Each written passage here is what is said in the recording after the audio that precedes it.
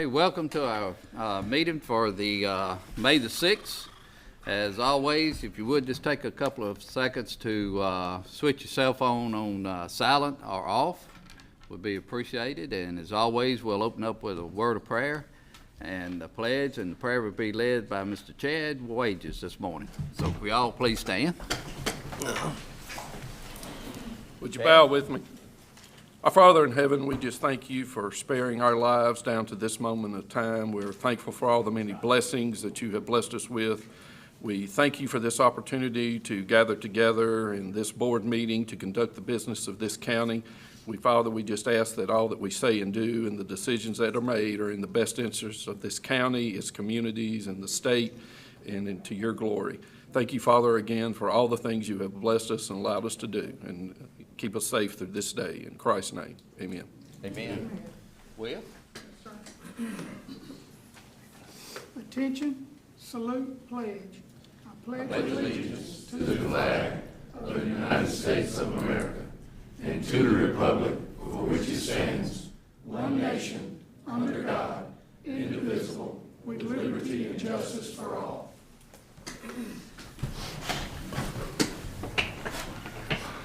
Again, we welcome everyone here this morning. Appreciate you being here and participating in our meetings. Mr.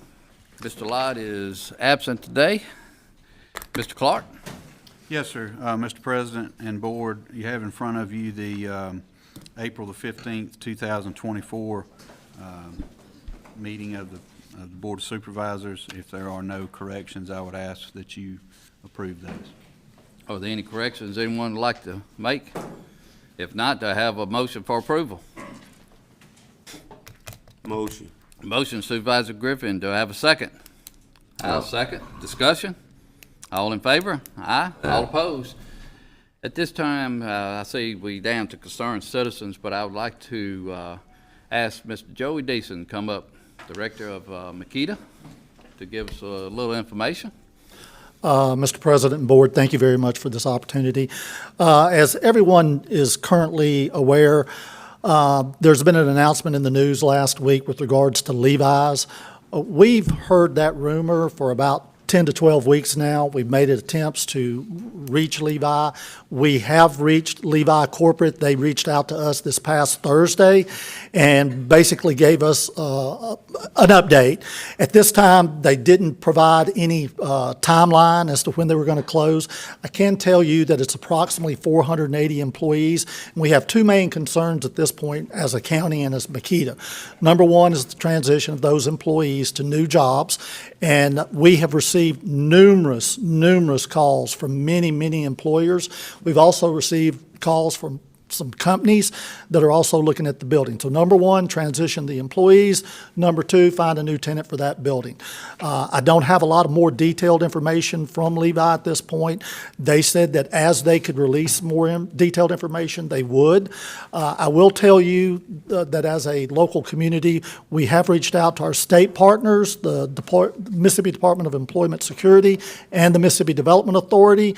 I'll be meeting with them tomorrow, and our main goal is to sort of put together a strategy, one of which is going to include a job fair for those employees in the local community as well, so that anyone that is interested in finding new employment, they could come to this job fair and we could help them out. But that's all that I have at this point, but I'll be glad to answer any questions if you have any. Okay. Any questions for Joey? Joey, we appreciate the update as always. Thank you. Thank you. Next, we'll go to concerned citizens. We have, Rochelle Thompson.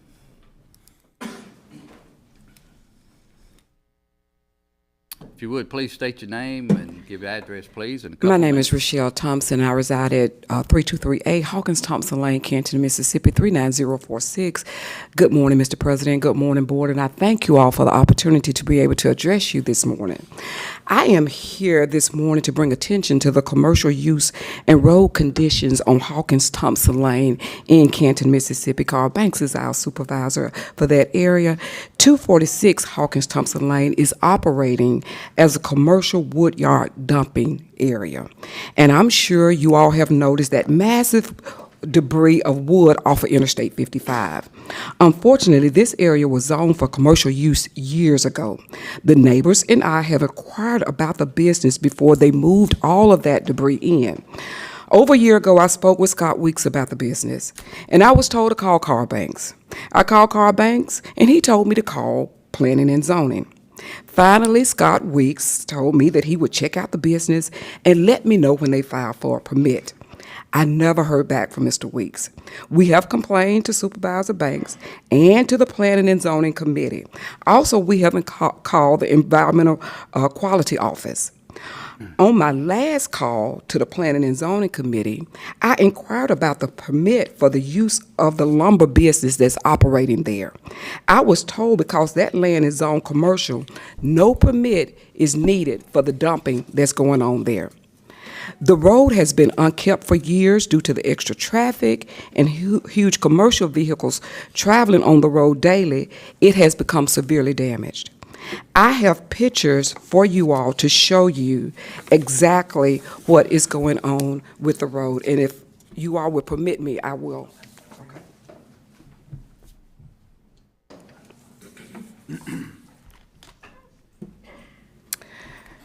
Some of the damaged areas, the pictures show some of the damaged areas of the road, but these pictures just show a few of how damaged the road really is. There's at least 20 spots on the 1 mile of road that has damage. The more it is traveled, the more it is quickly turning to rubble. The first picture shows a hole that has not been repaired in 6 years. As I said before, the road wasn't properly kept before the commercial business moved in. In addition, there's a bridge that has no gravel or blacktop, and when it rains, it floods. The next picture shows cracks and rubble from large commercial vehicles. I have included a picture of one of the vehicles dumping off debris and the woodyard dump. There are also huge log trucks and 18-wheelers that travel on that road to that dump. Due to more employees from the woodyard, there's more trash on the road. The last picture is the trash that my husband picked off the road at the beginning of the year. It's numerous trash bags. In addition, there's wear and tear on our vehicles as we daily travel down Hawkins-Thompson Lane. We have made numerous calls to the road department about the conditions of the roads, limbs and debris in the ditching and flooding. Nothing is never done. Finally, because of the success of the business of the woodyard dump, there's 20 acres of land that is being slated for conditional use on Hawkins-Thompson Lane in a residential area. Years ago, your predecessor zoned a partial of the land commercial. I spoke to Scott Weeks over a year ago. He said he would investigate, pull the minutes, find out why it was zoned commercial. I haven't received any information of that as of yet. Their decision decades ago is having a major impact on the area today. Hawkins-Thompson Lane was not listed on the 2024 road repair plan that the board approved on March the 18th. Today, I am here to find out what the board already knows about this situation and request help for this solution. Thank you all. Mr. Banks? Yeah, thank you, Ms. Rochelle, for coming. Scott, first.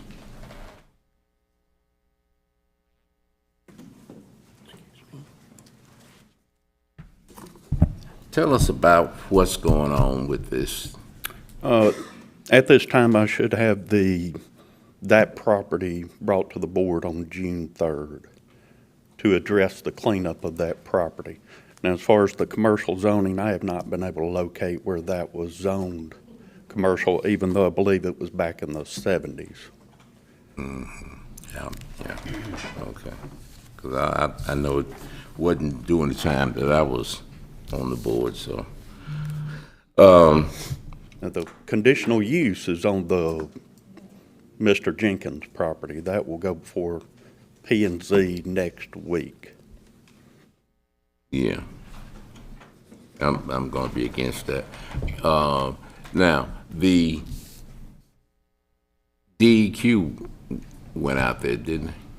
I need to get back in contact with them. I have not heard back from them, but I will get back in contact with them, see what their where they are procedurally.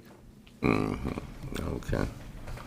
Well, whether DEQ does what they need to do and whatever we can do, the other issue, the main issue, is the condition of the road. Okay, so that brings up another department here. So let me get the road manager up here. Long as Hawking car, how many miles? It's not that long. It's 1 mile. It's, One yeah, mile? that's all, the whole total road. It's not that long. Did you get a copy of these? I can let you have mine. You can have mine. He can get mine. He can, okay. You know, I don't know what we're gonna be able to do about this company that's coming in there and hauling in there. But we can do something about the road quickly, I hope. This road's not designed for that type of traffic. The shoulders of the road, the road's narrow. And you can see where the big trucks have been running off the road, creating tearing the road up, and the road's starting to get narrower. And the ditches are starting to get just ditches in the way.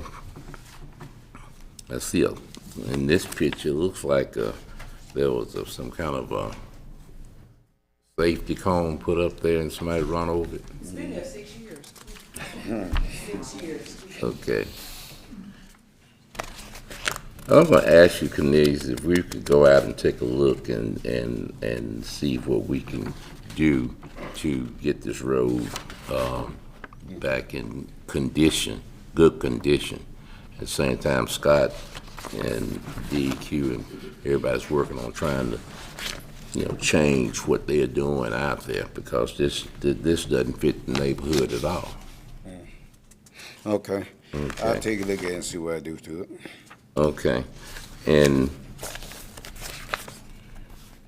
do I have your telephone number, Ms. Thompson? I've texted you several times, so, It's probably still it's in my probably phone. still in your phone, but if not, I'll text you right after this meeting, so you'll be sure to. Well, I would like for you to just, text me again, Okay. and then we can stay in contact here for the next few weeks and see what we can get done as quickly as possible. And I'll keep you informed on what's going on with DEQ and what Scott's been able to get done. That's, like I said, somebody else is trying to do something that's, to be honest with you, is similar to what they're doing. It don't fit. It's just right up, it's about a quarter mile actually from that particular site. They're trying to get it commercial use as well, and I've heard it's the same entity, and they want to use it for the same purpose. And I know that many of you probably drive that area, and it's an eyesore from I-55. So Yes, it you can is. imagine what it is from where I reside. Right. Okay. I Go got a ahead. question for Scott. Dumping old limbs and debris, through that? Through, commercial, zoning qualify for that? No, well, it can. That goes under a conditional use, and if you recall, there was some litigation with that property. I think some criminal charges were brought against the individual who owns that property. If I'm not mistaken, I think I'm right on that. So that runs into a whole nother set of issues. Okay, are they still dumping there today? I can't answer that, sir. Yes, sir. I would like to make a motion that we set up cease, all dumping until we can get this straightened out. Second. All right. All right, got a motion, Supervisor Griffin? Motion, Supervisor Griffin? Yeah, that was a motion. It was That was a second. Yeah. And it You was got a second. second, Supervisor Baxter. And the motion is, I want to make sure we clarify the motion. Cease all operation of, dumping debris, any type of debris. Yeah. There. Matter of fact, you hadn't proved whether it's commercial yet, have you? Have you, Scott? Well, I know it was zone commercial. I haven't been able to find it in the minutes yet. It goes back to the 70s. back in the All right, but 70s. I want to make sure we clarify when you say trees, you're talking about more than just limbs? Or you This- just I'm talking talking about about limbs? limbs, I see any that, type of yes. trees, His any, wood logs out there as well. Yeah, but, and that's what I want to make sure we Yeah. clarify when we say stop any any dumping. trees, Yeah, we want to make limbs, sure. any type of, debris that they got to haul onto that site. Yeah. Okay. And Scott, did this board approve that here a year or two, or 3 or 4 years ago for them to be able to start doing that? No, sir. Okay. All right, we got a motion, have a second. Any other discussion? All in favor? Aye. All opposed? Thank you, Scott. Sheriff, Thank you. Thank you all for your time this morning. Thank you, ma'am. probably need you for enforcement. I'll get with Albert Yeah. we'll take care of it. Okay then. Okay. All right, next, do we have any other on concerned citizens? We have two other names here. The first is the right. Williams family. All right, if we will, I see, I think I saw Commissioner Commissioner Simmons Simmons, yes, come sir. in. Commissioner, come on up. We're gonna give you the mic. We just glad to have you with us this morning. It's always pass me good to the see our check. commissioner. It's always good to see our commissioner, highway commissioner here on board with us. Mr. Chairman and members of the board, let me say how grateful I am to come and be with you. You know, with all the things going on in the world, it's just good to be anywhere, Yeah. but it's especially good to be in Madison County with so many friends and good folks who are doing a great thing. So we want to come, as we indicated to you, Mr. Chairman, when we were elected, that we wanted to appear before you at least once a year, kind of like an annual report to give you an update as to where we are and what we're trying to do for Madison County, the Central District, and the state as a whole.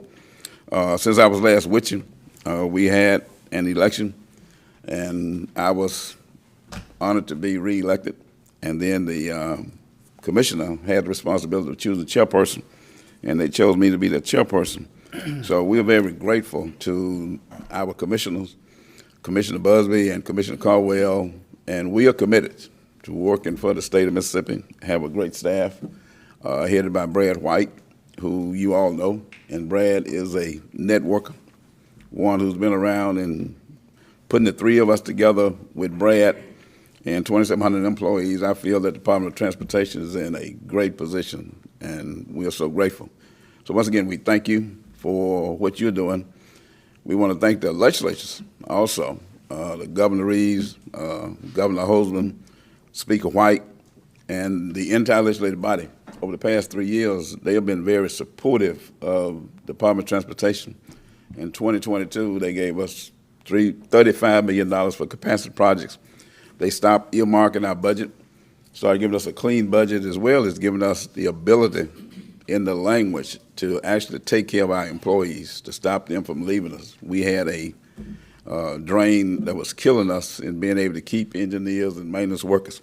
We're now in a better position of doing that because of what the legislature has done. And then last year, they gave us, in addition to $100 million for bridges to help with counties like yours and municipalities, they also gave us $450 million for capacity projects.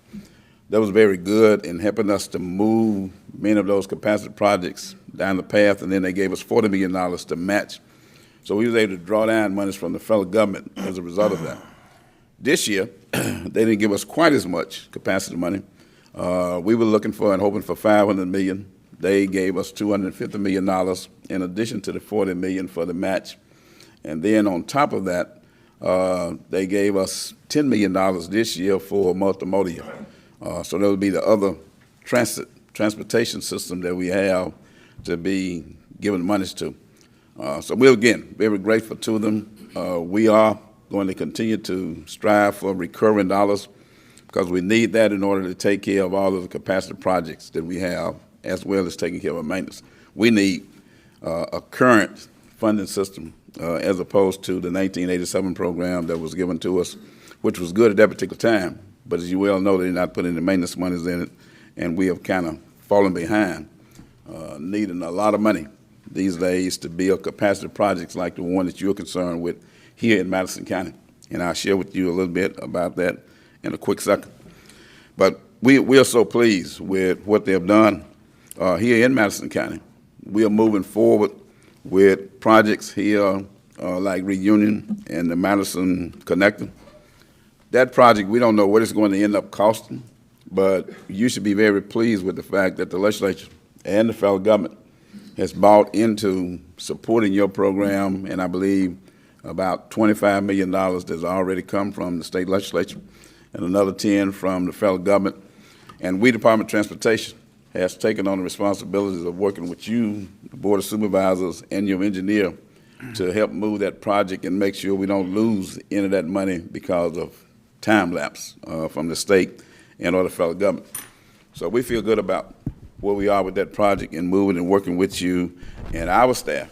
Our engineers are working very close with your engineers now to make sure that everything is done in the manner which it needs to be done. The other big project that you have is the widening of Interstate 55.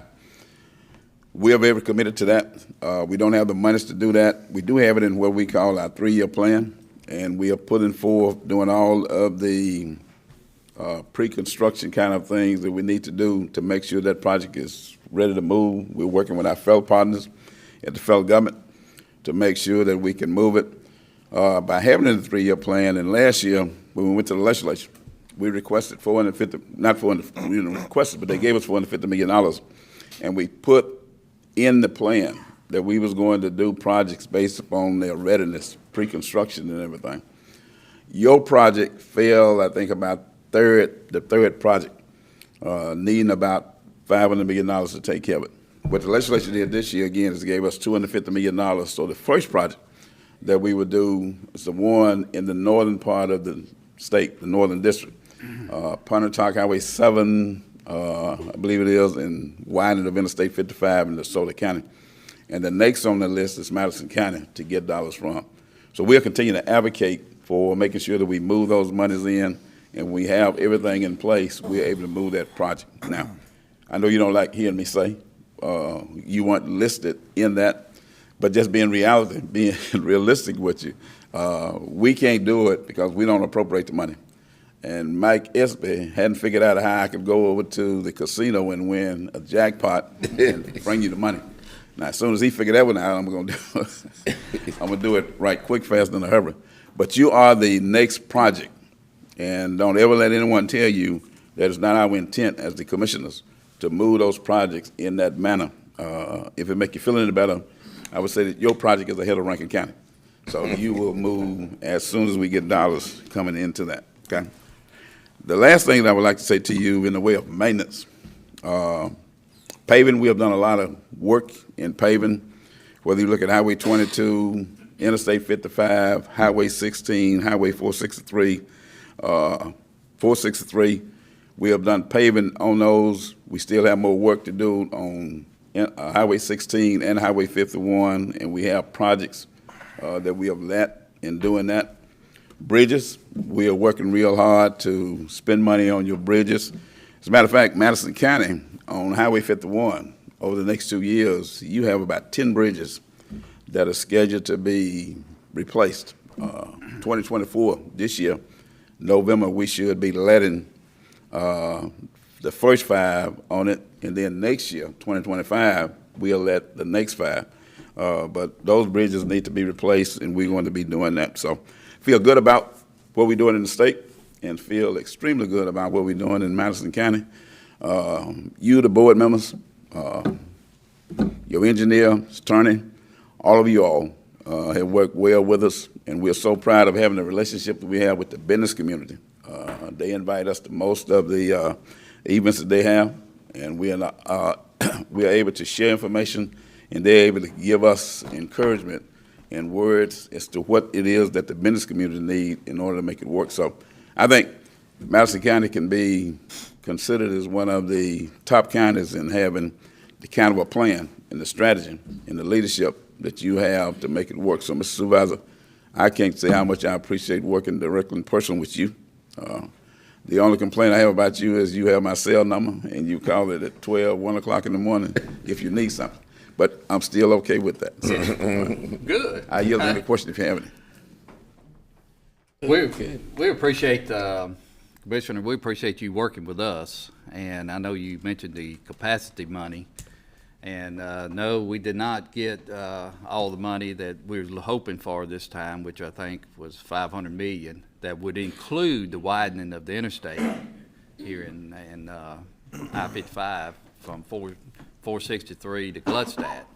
But as you indicated, there were $250 million given, or more or less, and that did move our project up to, I think, as you indicated, to the first project. You'll be number one after those two are done. Hey, that's where we want to be, and so I know that we're working very diligently on the Reunion Crossing Bridge, and of course Bozeman Road. We'll see where we are with that when the bids come in soon.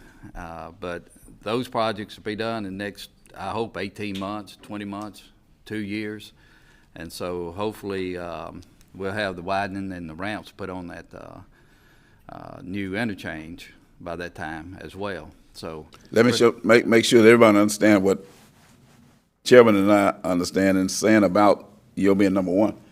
That's not number one in the Central District. That'll be number one in the state of Mississippi. So the next project that we see rolling out in the capacity arena will be your project. yeah. Okay. All right. Also, just to let you know, I forgot to tell you, 463 is a problem in moving traffic because you've grown so much of 463. Right. We're in the process, and we have let the very first contract to do the work to look at putting what we call a T-green project, which is going to help in the flow of traffic on 463 and Stribbling Road. So hopefully, we'll be able to put that in place, and it'll give you some relief. It's not going to give you the relief that you really need because that area has just grown so much, and you're building and traffic is growing, and we haven't been able to figure out a way to widen it because of the design and the area that it's run through, and it's not a lot that we can do to widen that, but we are going to try that T-green, and that's the first one we're going to put in the state. We'll look at other states, and they seem to help flow traffic that's in a situation like that, so we're going to try that here in Madison County. Thank you. Any other Willie. statements, I comments? got a question for Greg. Thank you for all your help. I don't want, you don't have to be involved in this discussion. I just have a question for the administrator, but I appreciate all you do, Okay. Willie. Thank you so much. Are there any other comments? Yeah, Commissioner, for you? I just want to say thank you for all the projects that you do in Madison County. I especially want to thank you for Highway 16 East. And I see that you got big, huge piles of rocks on 43 North. So I'm hoping that folks finna be a reseal there. Just let you know that I take all your phone calls. That when they were riding on that rough Highway 16, they didn't complain to you, they complained to me. So I thank you for taking those complaints off of me. Thank you, and you do give me a little bit more respect than the chairperson. You stopped calling about 11:30 p.m. Yeah, Mr. Commissioner, I'd like to also thank you for meeting with us. Yes. In your office to discuss the problem that we've kind of found in our stormwater project that to help us, to get more water under I-55 west of Canton here, so we might stop flooding in Canton. And you were very receptive to that, and we're working toward trying to see if we can solve that issue, and I appreciate your help. Thank you, Supervisor Banks. Following that meeting, I did have a conversation with Brad, our executive director, and we want to be very supportive of you all in that effort. We just want to figure out how we can all make it work and not create another problem some other place. Okay. So thank you. Commissioner, thank you as always. You're Thank you all welcome so much. anytime. And my staff with me is Carol Williams and Sojourner Rucker. I don't know if Neil made it or not. Okay. All right. But they're here to be supportive also. So thank you all. Right, thank All you. right. Thank you. Thank you. Greg. Supervisor Baxter. This is related to the road projects. I received some calls from the legislature and was concerned that this year we didn't get any money. And in 2019, we got 8 million, 2020, we got 5 million, 2021, we got 5 million, 2022, we got 2.5 million, and 2023, we got 12 million, and this year we got 0. We switched out our lobbyist, and we changed the scope of the work, which was a concern down there. We didn't follow through with what we said we were gonna do. But what I'm asking you to do is to invite the lobbyist up here and explain how this track record is no longer coming to fruition. Certainly, if it's the wishes of the board that the lobbyists attend, we'll get them up here. No problem at all. I think it's always good, you know, for them to come up, because I think there's always answers that we can learn and to move forward. Okay, we'll make plans to have them here at the next meeting. Thank you. Sure. Very much so. All right, we're going to stay on concerned citizens. Who was next? Next would be the Williams family. Okay. The Williams family, do you have a spokesperson? Oh, I believe they've left. I think they got the answers, or they had conversations with a couple of folks around here, so they're Okay. they've departed. Next and final name on the list is Robert DeCoster. Mr. Robert? Mr. Robert, come up and state your name, give your address, place, in a couple of minutes. My name is Robert DeCoster. My address is 116 Camden Trail, Madison. Thank you. I'd like to congratulate the board. I think moving ahead here with our new highway plans are a great move. However, I would enjoin you to think about perhaps a moratorium on rezoning on those roadways until after the construction is completed. And I hope you don't take this as an opportunity to start rezoning everything and anything that you can predicated on what may happen, because a lot of things may not happen. I'd also like to ask you, what is the definition of an ordinance? Is that a law or is that a guideline? Mike? It's a law. If it's a law... Hold on one second, Mr. Robert. Yeah. What's the context? The context is that if it's a law, which this board had actually passed, why has it not been followed in the past? It's zoning. Are you allowed to just circumvent it because you are the board? Who are you accountable to?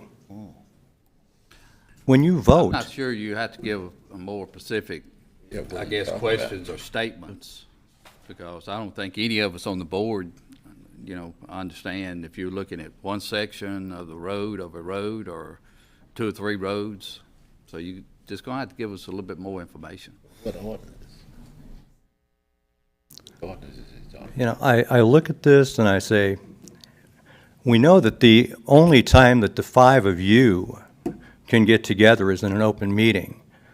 So when we have a meeting like this where we're being discussed about the highway development plan, we really don't know how much more information any of you have gathered on this, on your own, what your opinions are. It's never acknowledged. Why do you vote on a yes or why do you vote on a nay? Are you talking about the road itself? We give you folks an awful lot of trust, and that's really all I have to say for today. Thank you. Okay. Thank you, Ms. Robert. All right, next of the concern. No further names on the list, sir. Okay, we're gonna move down then to consent items. Anyone would like to remove any number for the consent items? Yeah, number 11 and number 18.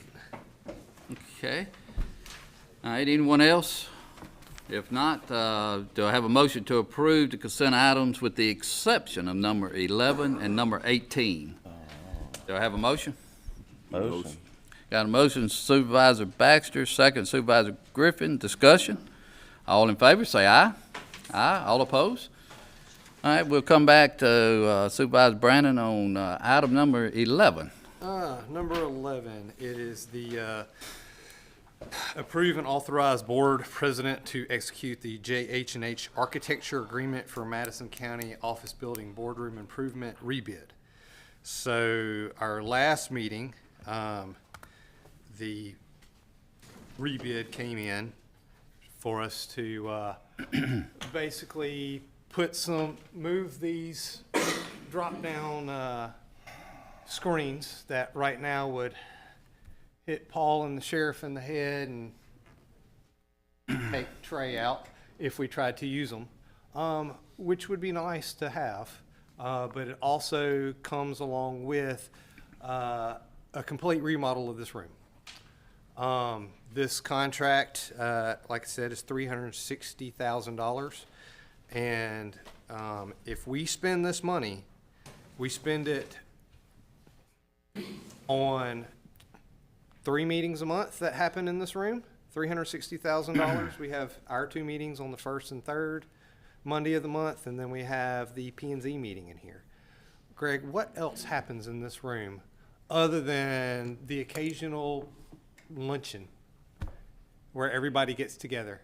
The other 2 entities that meet in here with some regularity, and actually a lot of regularity, first is the Election Commission, that they do have their meetings in this room as well, and the MASAP class. Now, are those open to the public? The MASAP class is open if you get a DUI, but you have to get the DUI first. Gotcha. The Election Commission, I don't plan on attending. I wouldn't suggest it. The Election Commission is open to the public. That is a public meeting. In fact, I'll be at their meeting Wednesday. Is it Wednesday? Yeah, it's Wednesday. Okay. So, We also have public meetings around the watershed program. Okay. This room is, when we have them, they're full. It's a advertised public meeting with Now, presentations. Is our IT going to be present for each one of those meetings? Someone to operate said very expensive equipment? Someone from the county has been present at every one of those meetings thus far. Dwayne streams the Election Commission meetings, our meetings, and P&Z meetings.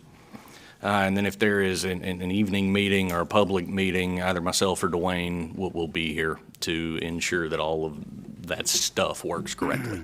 Okay. So all those meetings have been happening without any kind of technology currently? Correct. And they've been successful? Successful may be a somewhat subjective definition So, I mean, here. today, it would have been very nice to show these pictures. Is that something we could have done? If she came in with these? Without advanced, On our big fancy $360,000 screens? well, as it sits currently, without advance notice, no. If the remodel is complete, then yes, I believe that there would have been a way, maybe not those exact pictures, but we could certainly pull up the location and at least get the most recent Google Earth images. So is that worth $250,000 to be able to do that? If this board votes by majority to do it, then in my opinion, yes, sir, it is. If this board votes by majority Yes, not to do it, then no. If the board votes as a majority to use it, it will get used. I will make sure of that. Probably to the detriment to everybody in here, who is like, oh, great, that adds 10 minutes to it because Casey is going to make them use it every single chance he gets. My point is I think that we should deny moving forward with this approval, and suffer through our current boardroom and save that $360,000 for something that may be more rewarding to the citizens of Madison County. So that's my motion. All right, We deny approving this agreement to redo the boardroom. All right, we have a motion on the floor to deny item number 11. Do we have a second? Second. Got a second? More discussion? Yeah. Only thing I'm saying is that this is part of the improvements of Madison County. We're going to be talking about the courthouse. That's a lot of money as well, but it's something that's going to be needed. Tax assessor collective building on the south end of the county is something that we need to look at as well. So This isn't about that. This is about this room today. Do we actually need to spend $360,000 to improve the room? all right. I'm gonna make a substitute motion to approve this bid. Do I have a second? Okay, failed because second. We'll go back to the original motion that's Casey's motion is to deny the county office building boardroom improvements. We got a motion and a second. All in favor? Aye. All opposed? No. Passes 4-1. Okay, item 18. All right, number 18 is the letter from the CMPDD regarding the Jackson Metropolitan Planning Organization Federal Surface Transportation Block Grant Program. For everybody with paper copies at home, basically that says, in a nutshell, dear Mr. Steen, as you are aware, the Jackson MPO has committed $4.4 million in federal surface transportation block grant program funds towards the completion of the Bozeman Road widening project. And getting to the meat of this, therefore, please be aware this project has a construction contract award deadline of July 27th, 2024. As of right now, we are coming up very fast on losing $4.4 million towards our Bozeman Road widening project, which I don't think we can afford. So, Greg, have we put out bids for the Bozeman Road widening project? Or are we sitting on, I'm sorry, I wasn't finished. That's my fault. Or are we sitting on those to get divvied up before we rebid all three? Sir, our understanding of the wishes of this board was that it be divided into multiple projects to be rebid. There was also, I believe, the option of bidding the whole thing and also breaking it up into parts. The bids have not been re-advertised yet. The engineer is working on different specs for the different sections rather than one big project. If we would, maybe Tim needs to come in. He is probably way better at this than I am. Let Tim come in because he can answer some of the questions on this other grant as well. Tim, come up and have several questions. Sorry, I went to the restroom, so you're catching a cold. We can't go to the restroom. Sorry. First of all, I know Supervisor Brandon had several questions, but I want to go back to the first one because it's very important. Okay. On the, I think it's 4.4 million that there's been discussions from CMPDD money that's been allocated to that. What's the final or the last discussions you've had with CMPDD as far as that money, as far as availability and moving forward with it? We have to have a project awarded by July the 27th, or that money goes away. Okay. So if we don't have a project awarded by that date, we lose that money. Right. Okay. And I think he had several other questions as well. Yeah, as of right now, none of these have been rebid, correct? Because we, as a board, decided that that project needed to be split up, where we take the whole project, break it down into two smaller projects, and then rebid all three at the same time. You are correct. Is there an ETA on actually getting those rebid? Because we are coming up very fast on our deadline. Dan, come on up and, Before he gets up here and it gives you the ETA on this, come on up. we are not going to miss the July 27th deadline on the big project. Even if he doesn't get the other two ready to go before that, we will bid the big project at a date so that we can award it by July the 27th. Okay. Okay. That is mostly what I wanted to know. I do not want to walk away from $4.4 million just because we as a board apparently can't get our stuff together.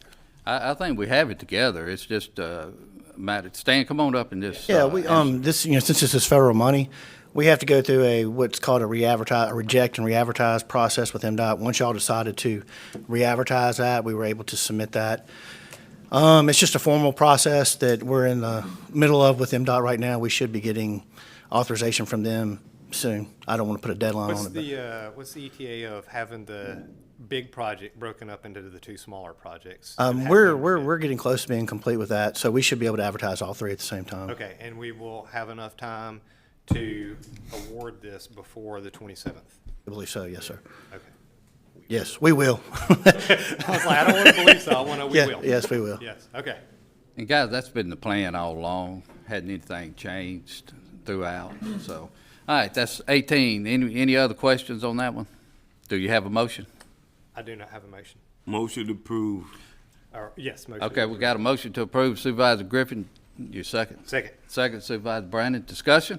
All in favor, say aye. Aye. All opposed. Okay, next is under me on the landscaping of county buildings. I know that we've received several phone calls of landscaping concerning around our county buildings, especially on the south end and also over here at the courthouse. Greg, if you would, come up and just kind of give us some direction on what we have now or what we do not have.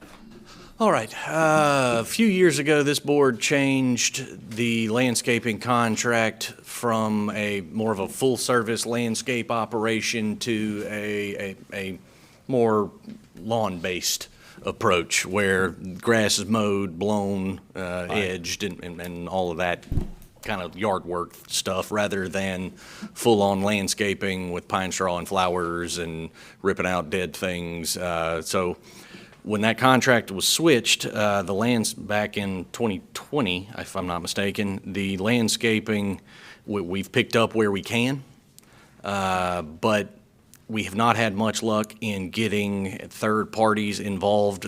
Apparently driving somewhere, throwing some pine straw out and dropping a few flowers in the ground is not very profitable. Right. I've reached out to everybody that I know to reach out to. Every time somebody mentions this, everybody tells me they have a guy. I say, well, tell your guy to call me or give me his number and I'll call him. Right. And it just never works out, it seems. So if the board is looking to improve the landscaping of county buildings, I think the best option is probably to budget for an extra person in buildings and grounds and keep it all in-house. Since there's no external parties willing to do it, I don't know of another option at this point. That were not budgeted for this year, so that would be something that for y'all to consider in September as we're going through budget time. In the meantime, we can continue to try to get to it as best we can, but your buildings and grounds department's the same size it was in 2020, so you're loading them up with an extra project without any extra personnel, and your buildings have not gotten any newer since 2020. Right. So do you think that we can do this in-house if there's an extra person? 'Cause I do. I just know on the south end, I get many calls on the south end, and it looks terrible. I believe with the current manpower, we wouldn't be able to. With an extra person, yes. I think we can probably make that happen, yes, sir. You talking about clipping of hedges and ripping out dead flowers and planting new flowers and fresh pine straw, those kind of things. Trim the trees. Picking up trash, I heard from the audience. Yeah, we'll go with that one too. Sure. Mm-hmm. We would have more of a grounds focus in the buildings and grounds department. Right now, it's very much more of a buildings department simply because that's where the need is. If the flower beds look great but it's leaking inside, it doesn't do anybody any good. So I do believe an extra person would probably be in order. Drew?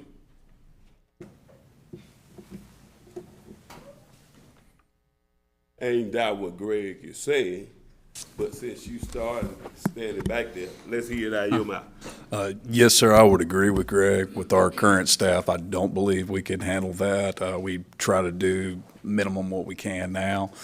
If we had an additional person, we can. How about one person? It would be one person. Because this would purely be pulling out flowers, dead flowers, new flowers, weeding flower beds, trimming hedges, pine straw mulch. But that also, in addition to additional person's salary, that's going to be some additional cost because we're not currently budgeting for pine straw, for flowers, some of the tools we would need. I mean, we're gonna need to budget it somewhere, but as of now, how can we move forward today to get our buildings looking good from a landscape? We got an extra 360,000. You're right. That wasn't spent, but hey, how can we move forward? Unless we hire at least one additional personnel, I simply do not have the guys to dedicate to it. I'm stretched as it is. We have a full-time crew that goes and cuts the parks. Since the addition of the restrooms in the parks, I do have one man that specializes in grounds work, but he is 100% filled up with going and checking bathrooms at the parks, making sure they're stocked, that there's not trash laying around, that they're cleaned properly, and helping with the maintenance of cutting the grass in the parks. Why don't you, if y'all would, bring us something back next board meeting on some numbers? Yes, sir. And do what now?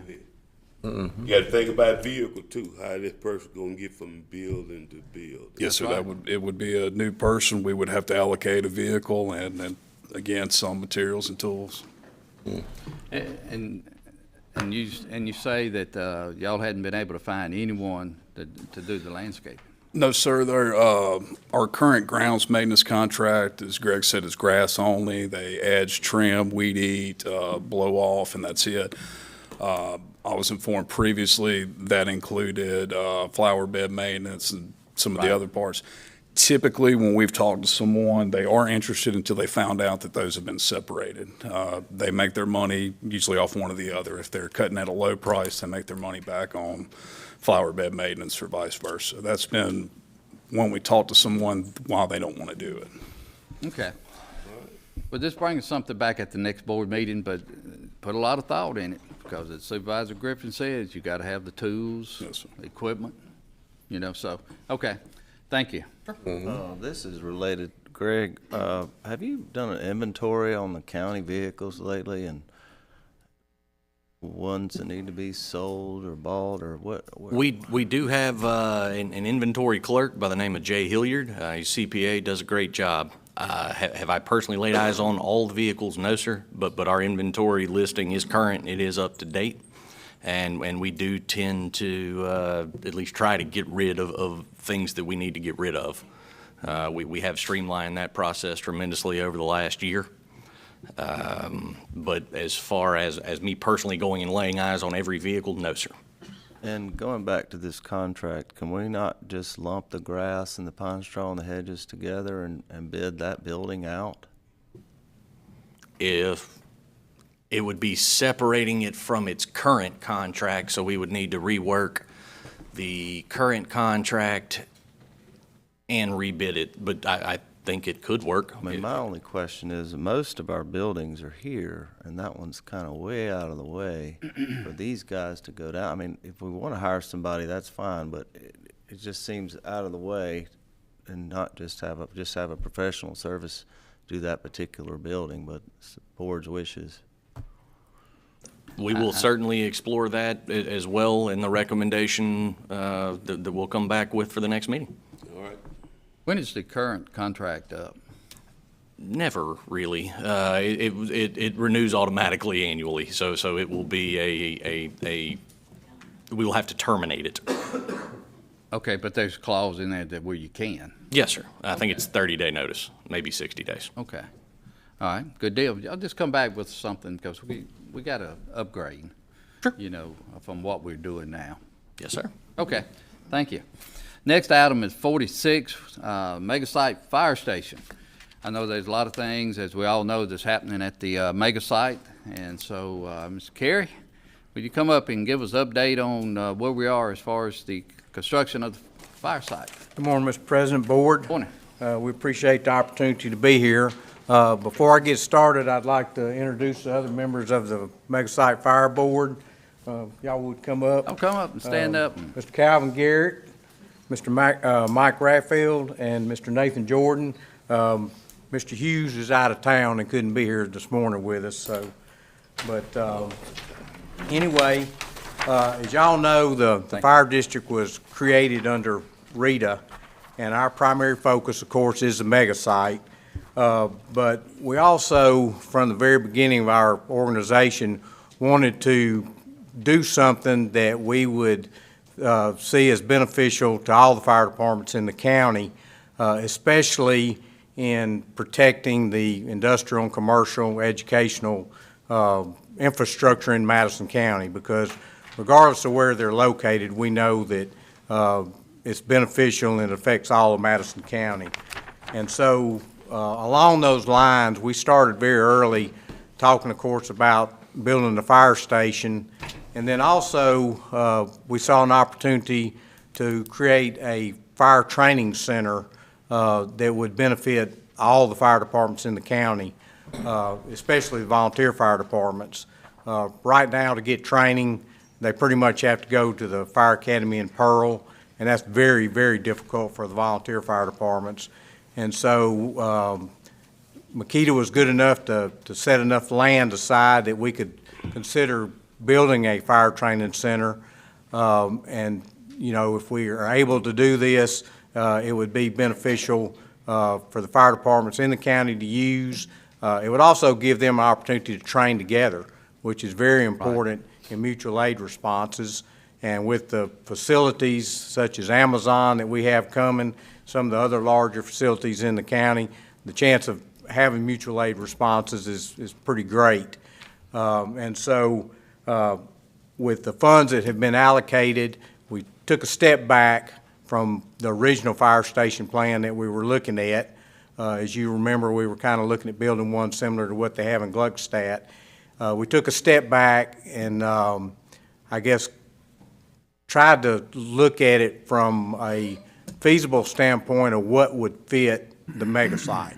And we looked at the Amazon buildings, the Clark building, and some of those others and said, well, let's build something that fits in out here. Right. So basically what we did is we took that building, we took all the angles and curves out, and we built a rectangular shaped building that kind of matches those buildings. We feel like that's going to save on cost when we construct the fire station and give us additional funds that we'll be able to put towards building the training center that we want to construct, again, that would be beneficial to all the fire departments. And we think by having a fire training center, that's just going to be another plus for Madison County to attract more economic development to the county. And so that's our goal. That's what we want to do. And that's kind of the direction we've been going in. Chad Wages, of course, is the engineer from Makita, and he's the lead project manager on the fire station. So I'm going to let him step up here and kind of tell y'all about the project itself. Wait, I got a question for Yes, you, sir. Kerry. Fire Training Center, how does it generate revenue and how much does it cost? So we are looking at utilizing the funds that have been allocated for the fire station, for the fire training center too. There won't be any additional money asked for to develop this. Basically, I don't know that you can say it generates funds, but it'll save the fire departments in the county money. They won't have to try to go to the Fire Academy in Pearl. The big advantage is we'll be able to provide some training for firefighters that they don't have access to now. And that's our goal. Who gonna run this and who gonna do the training? So, of course, once we build the fire station, we'll have firefighters manning the fire station. And our goal is that those firefighters will be providing the training and running the operation out there for everybody. Are there other questions for Kerry? Is there any specific training you guys have to do for those, I guess they're supercomputers at the Amazon data facility? Well, of course, those buildings are basically a big electrical box. So you're dealing with a lot of electricity, and so there is specialized training that firefighters will have and need to know about when dealing with those types of things. They have all kinds of specialized systems. For instance, they have huge diesel generators that there'll be training that will have to be provided to firefighters on how to deal with a lot of the operational systems that are out there. Okay, this question may be more for Greg. How much is this fire station going to cost, and what is the revenue generated by the park? The fire station, I don't believe is going to cost the county anything, except for the repayment to the state. We have $6 million that was allocated for this project. And that $6 million will come off the top of any fee in lieu received from Amazon. And this will be just for the mega park or for a certain district inside the county, the coverage of the station? The station is designated for the mega park, but as I mentioned, our goal as a fire board has been, we want to have an operation that supports all the fire departments. I mean, you know, there are industrial buildings in Ridgeland, Canton, all over, and our stance has been, for instance, with the ladder truck, that if one of them have a fire, it'll respond to assist them and help them. And so that's kind of our goal. Our main focus is a mega site, but we want to be a force multiplier for all the fire departments in the county, protecting the commercial and industrial infrastructure. Is there any plans to have another fire apparatus other than the ladder truck? We feel like in the future, as the area develops, we'll probably need another engine. Of course, Minor, you know, is I think wanting to acquire the heavy rescue. It would be stationed out there, and of course, along the same lines that he's mentioned to y'all, it would respond countywide and assist too. But we feel like there'll probably need to be another a fire truck, fire engine at some point. Okay. And probably some kind of medical rescue type truck? Like some light rescue type stuff. Mm-hmm. Medical aids are a large part of responses for all our fire departments now. Mm-hmm. Probably 90% of the calls they go on are medical aid now. And Kerry, this will support other fire stations as well. Yes, sir. When need. That's our goal, So, is that, yeah. you know, like I said, we want to be a force multiplier for them. Right. Not just strictly mega site. Right, that's right. Chad, maybe you come up and speak on the construction of it and the timing. Just very quickly, we passed out a layout where you see an option 1, option 2. Option 1 is a pad that was previously constructed under your authorization for the original fire station that came in with a high number. That pad is sitting there ready for a building. We have an option 2 there to the right of it. What we're coordinating right now is the future long-term development of the mega site with AWS, who's going to require 2 additional substations with energy. Right. And some high power transmission lines that will be going around that area. So we have not locked in on, we want to make sure that the fire station, and particularly the training building, which will have moments of intense heat, obviously, as they go through fire training. We want to make sure we meet all the energy criteria for distance of that heat, and there's no damage to overhead transmissions, that we've got the proper separation. So we'll be working through those 2 locations. Obviously, if it goes at the original one, we'll be able to move a little more quickly at getting the building to construction. I'm subcontracting with a construction manager and some other firms to assist me. We're going to have a construction manager who is a general contractor, a history as a general contractor, so that we can price this building as we go. Price it component-wise and make good construction decisions versus just putting it out at the end of a design and seeing what happens. So I will have a construction manager involved so that as we design this facility, that we can put out packages if we want to. We can do the utility package, paving packages separate, or anything like that, to try to get us the most bang for the buck, which is what the fire board wants ultimately, to make the most improvement. So we should here in another month have you a much better detail finalized on which site it is, and continue upgrades with our design. So I appreciate it. Any questions? Other questions for Chad? Chad, we appreciate you working with the fire board on making this happen, because we know it's coming very quickly out there with AWS, to make sure that they have the protections that they expect and need. Yes, so sir. We appreciate it. Thank you, Chad. Okay, next we come down to Supervisor Griffin.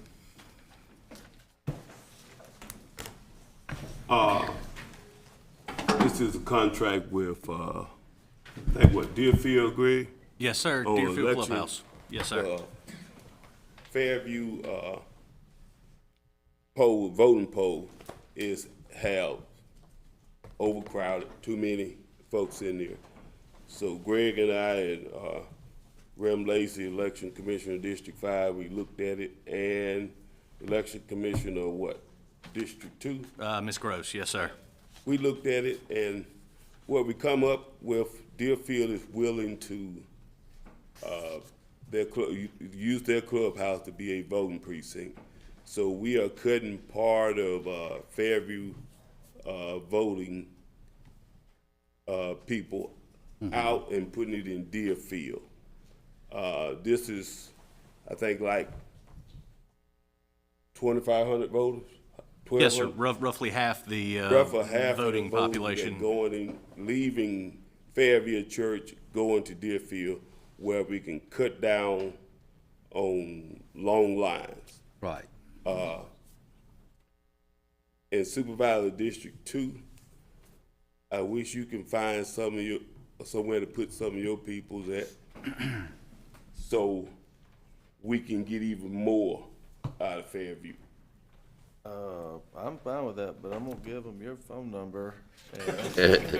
And Greg, let's you and me get together and see if we can find somewhere else to help them out. Okay, we have started a little bit. I was working with Ms. Gross to explore some options for District 2 in that area.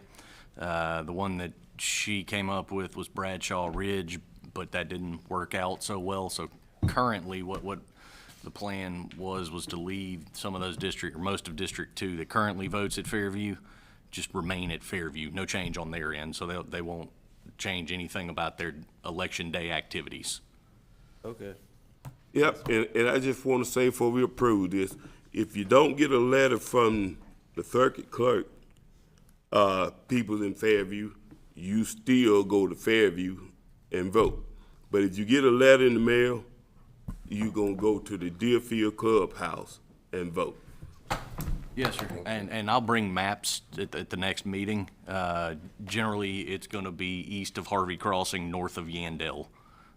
That's the area that's gonna be in Deerfield. I make a motion to approve. All right, got a motion, Supervisor Griffin. Do I have a second? Second. Second, Supervisor Baxter. Discussion. All in favor? Aye. All opposed? All right, item 48, Mr. Banks. Yeah, item 48, I think we have some paperwork to do for the Corps of Engineers on the 219 funding, which is, that funding is for the collection system at West Madison Utility District and flood control on Brashear Creek and Hanging Moss Creek in that watershed. Total funding is around $4 million. Right. We just need your signature on that, on their form. It's just their paperwork to keep going. I'd like to make a motion that the president of the board signs the form. Got a motion, Supervisor Banks. I'll second it. Discussion. All in favor, say aye. Aye. All opposed? Thank you. All right, on the business items, Mr. Robert Bilbrew.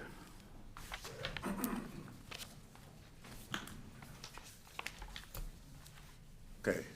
To the President, Board, I'd like to thank you all for letting us come before you today and talk a little bit about the Farm Haven Fire District. We are, and I got my fire chief here, Quante Walker. 3 years ago, we decided that we needed to do some improvement in Farm Haven Fire District. Our response time was slow because we had all volunteers. So we decided to go out and hire some qualified firemen. They work from they work from 7 to 5, 7 days a week, and they are at the station there, and they are there whenever a fire comes in, call comes in. They can actually get in the truck and go to the fire or to the accident, and then the volunteers can come when they can, you know. Right. Prior to that, we had to wait till the volunteer go to the fire station, get the truck, and then go to the scene. So now we got full-time people there, 7 days a week, from 7 to 5, and it's put a strain on our budget. So we've been making it for 3 years, you know, cutting down on this and cutting that, but we feel like we need some increase so that we can move forward. And at some point in time, we feel like the community need full-time people, 24 hours a day. But right now, we don't have the revenue to do that. So we're taking baby steps trying to move forward. And we appreciate y'all looking at what we're trying to do. And I know our community appreciate us looking at trying to improve the service. And if you got any questions. Okay, Mr. Banks, Mr. Griffin, yeah. that's yours. Farm Haven, President, I think Mr. Bearbrue called me about it. And I told him I wouldn't consider it unless I get the signature of all 5 of the board members that's on volunteer fire department. And looking at it right here, I see all 5 of them that signed off on it. And I guess since I live in Farm Haven Fire District, I'll be voting to raise my taxes a little too. So, Mike, if I'm right, we can increase a fire district by 2 mil without a vote of the people that live in the district. We're discussing this right now. I mean, normally there's a hearing, there's a petition, there's a hearing, and then you vote. There's 2 mils now. This is a 2 mil increase. So, I'm not certain that you could do it automatically. You might be able to. I'm not certain today that you can. But in all other places, we followed the hearing petition process. But, so if you'll give me a couple hours to read the law, and I'll let you know. But sitting here today, normally there's a petition, because the citizens out there need to know that their taxes are going to be increased, and they have to agree to it. So there's a petition, there's a hearing, and then there's a review, usually. But there have been some changes. So Okay. I can't today with 100% certainty say yes. You Give me a minute, I'll look at it. all right. You are a lawyer, and I'm gonna definitely want to follow the law. How many? But I've been around here a little while. I think that 2 mil is where anything over 2 mil, you're gonna have to have that hearing and basically election. But we're gonna follow your recommendation. How many mills are currently on? Can you answer that, Mr. President? What's the question? How many mills are on you all now? 10 mil. That's what I thought. And I don't think it's quite 10 because back here when we cut taxes, we cut some of that 10 mil down. And we didn't really end up putting it all back on there. There's been a struggle because of the assessed value of that particular district. That's why they had 10 mills. And I remember when they did the 10 mills, they did an election out there, and the citizens voted for those 10 mills. Of course, that's ancient history that happened back in the, I think it was the early 90s when they did the 10 mills. And we shouldn't have cut them down because they voted to have the 10 mills, and I don't think the Board of Supervisors had the authority to reduce it, which inadvertently got done. I believe that was in the range of Andy Taggart and Doug Jones. All right, let's stay where we are at this point. Is this something that need to be decided today, or can it be tabled? No. Acknowledge the letter today, and Yeah. I think Let's- that was the we plan. gonna see Supervisor Griffin, you mind just acknowledge the letter and then maybe come back in 2 weeks Wait till after Mike? Mike check on it. Yeah, because it's something that we definitely want to be correct on. Okay, we would like to make a last comment, Mike. If it changes and we have to have public hearing, then we need to review it. As far as what millage we want. Yeah, Okay. we'll let you know, either me, Greg, Mike will let you know, whether y'all Okay. be prepared for a hearing or not. Okay, all right. All right? Supervisor Griffin, you want to acknowledge the letter? Motion to acknowledge the letter. Got a motion to acknowledge the letter by Supervisor Griffin, second Supervisor Banks. Discussion. All in favor? Aye. All opposed? Thank y'all for Thank coming, you, Robert. guys. Thank you. Next is CJ.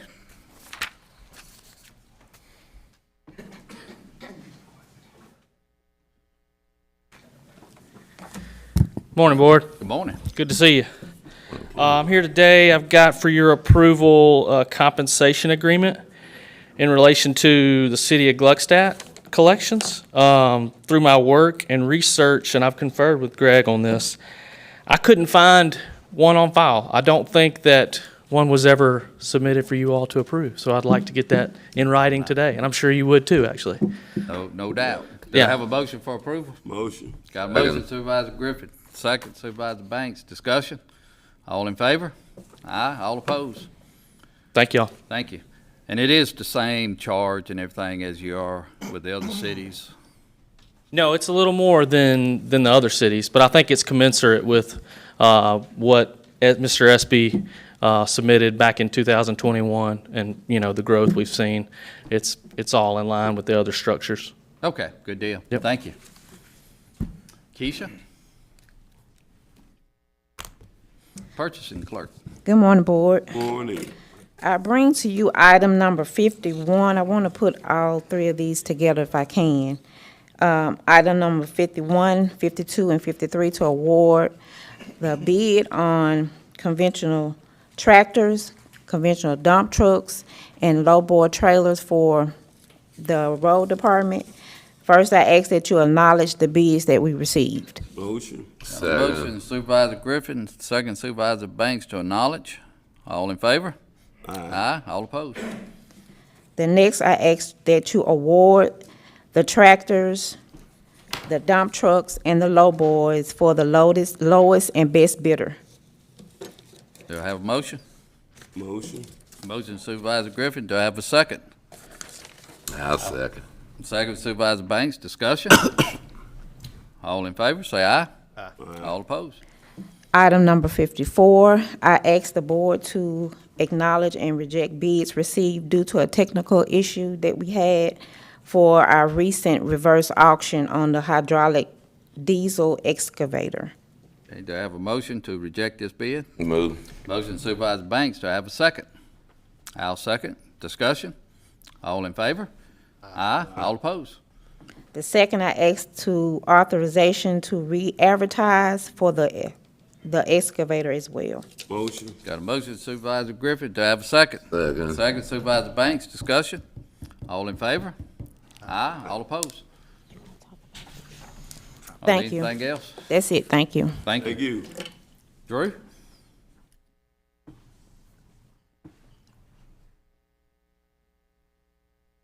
Morning, Board. Good morning.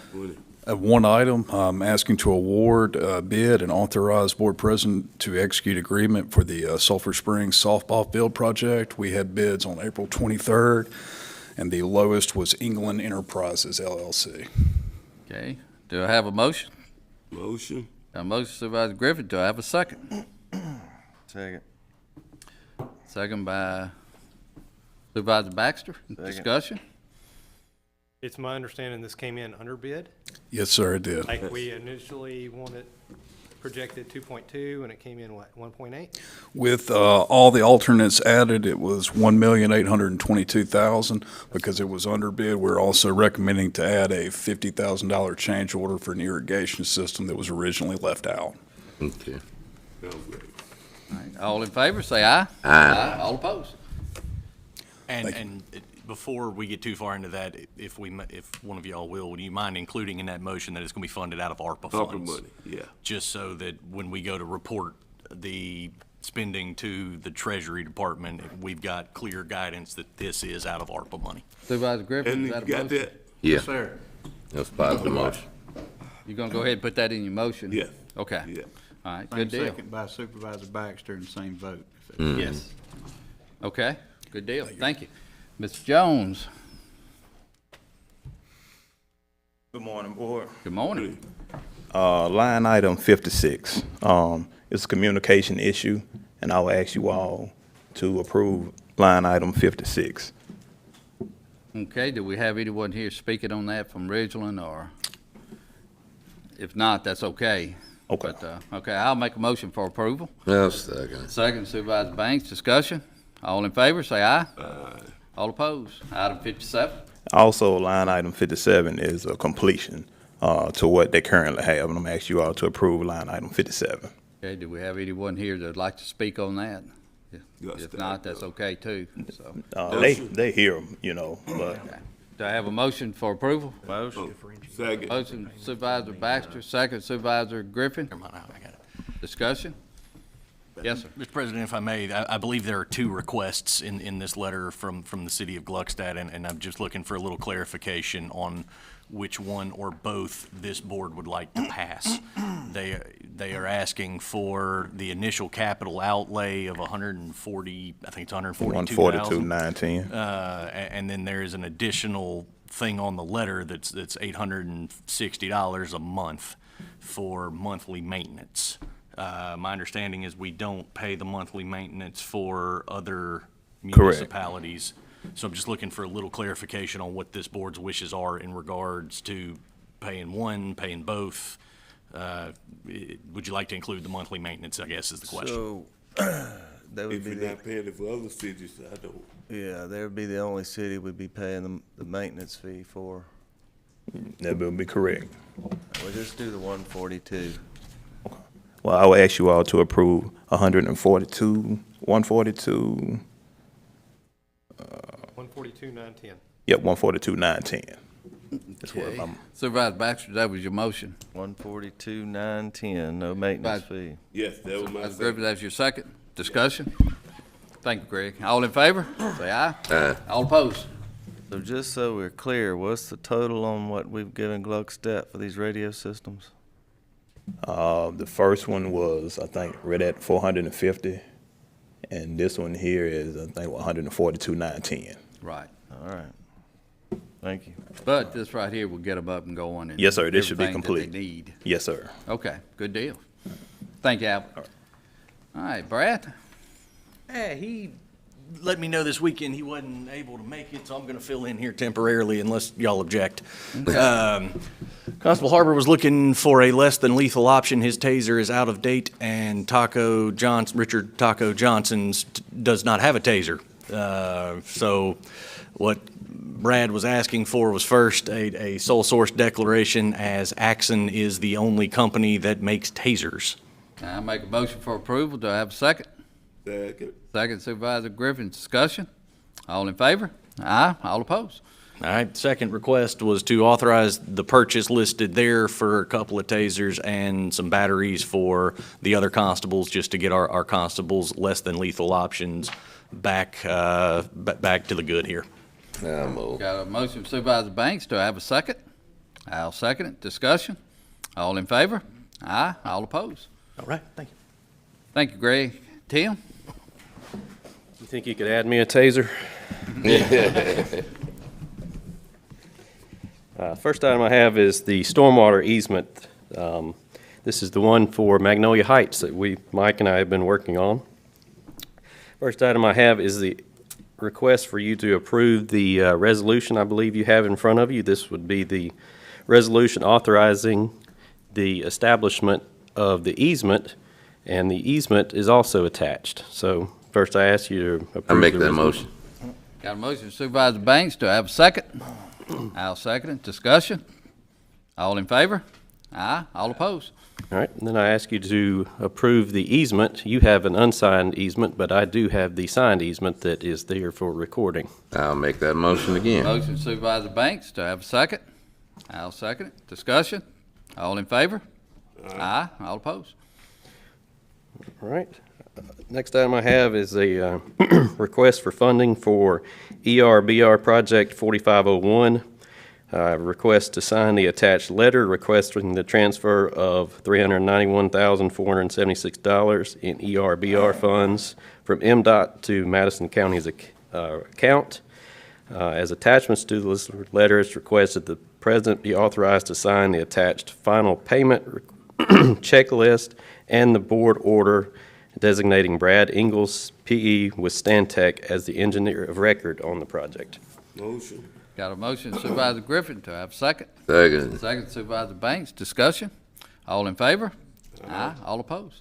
All right, next item I have is the preliminary plat for Camden Glen. Development's 8 lots on 20.25 acres with no public infrastructure. Motion. Got a motion Supervisor Griffin. Do I have a second? Second. Second Supervisor Banks. Discussion. All in favor? Aye. All opposed? All right, because there's no infrastructure, I'm asking that the final plat now be approved. Do I have a motion? Next. Motion Second. Supervisor Griffin, second Supervisor Banks. Discussion. All in favor? Aye. All opposed? All right, next item I ask is that the Hemp Hill Construction's request to subcontract to Russo Corporation on Reunion Phase 2. All right. Do I have a motion? Motion. Motion Supervisor Banks, second Supervisor Baxter. Discussion. All in favor? Aye. All opposed? Oh, shoot. All right, where'd that piece, oh, here we go. All right, final item I have is request to add roads to the 2024 road plan and to fund these roads using ARPA funds in the funded.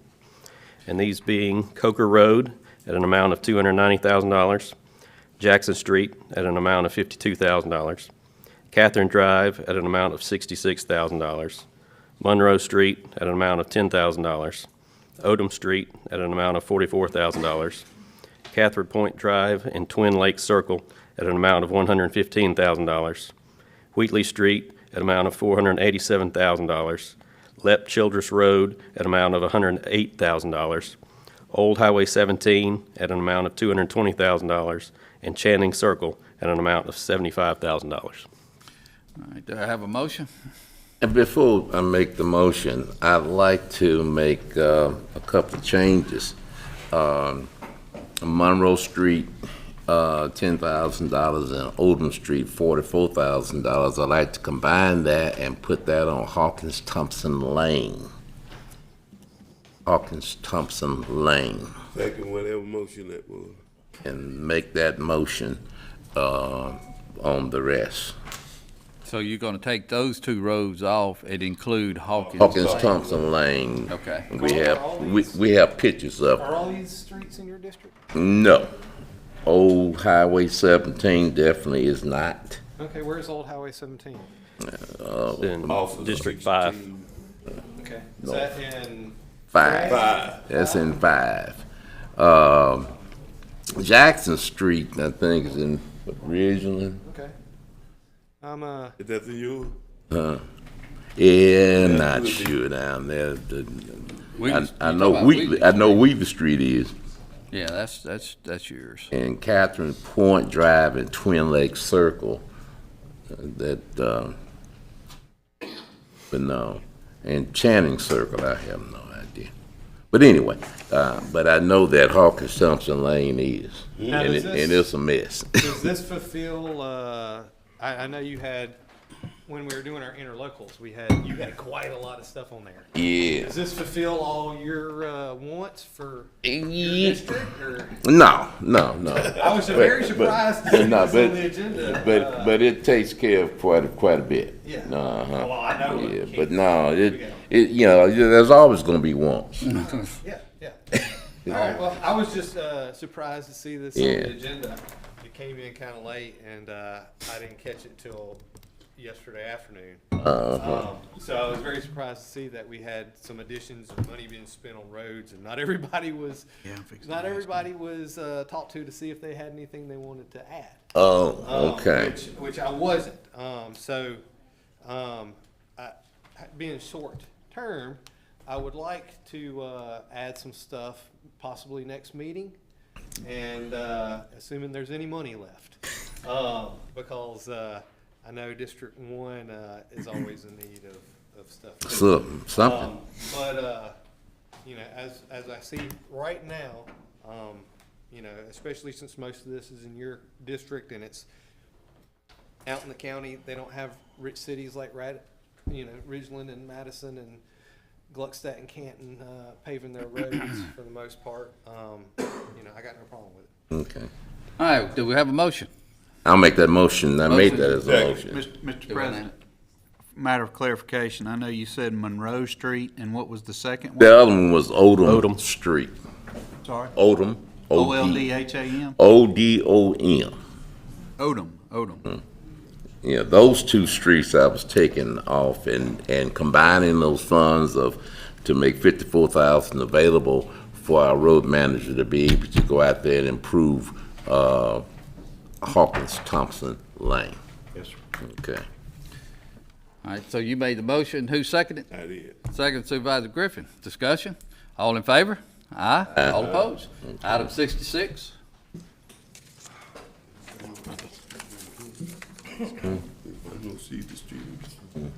Scott? It don't need nothing. First item I have are to acknowledge the planning and zoning draft minutes from April 11th, 2024. Do I have a motion to acknowledge the zoning draft minutes? Move. Got a motion, Supervisor Banks. I'll second. Discussion? All in favor? Aye. All opposed? Item 67. Next item is Utah Construction rezoning A1 to C2. This was approved by the Planning and Zoning Commission on 4/11/2024. Now, it's my understanding, before I vote on this, that they changed their plans and they will be coming off of the internal roads within the Partridge land development that's already there and not using Old Jackson Road at all. Is a representative from Utah here? I want to make sure they clearly state that to y'all. Hey, good morning, Board. Reed Nunley from Butler Snow, and I'm representing Utah Construction. Ben Eakes, one of the representatives of the company, is here with me, and he can speak to that.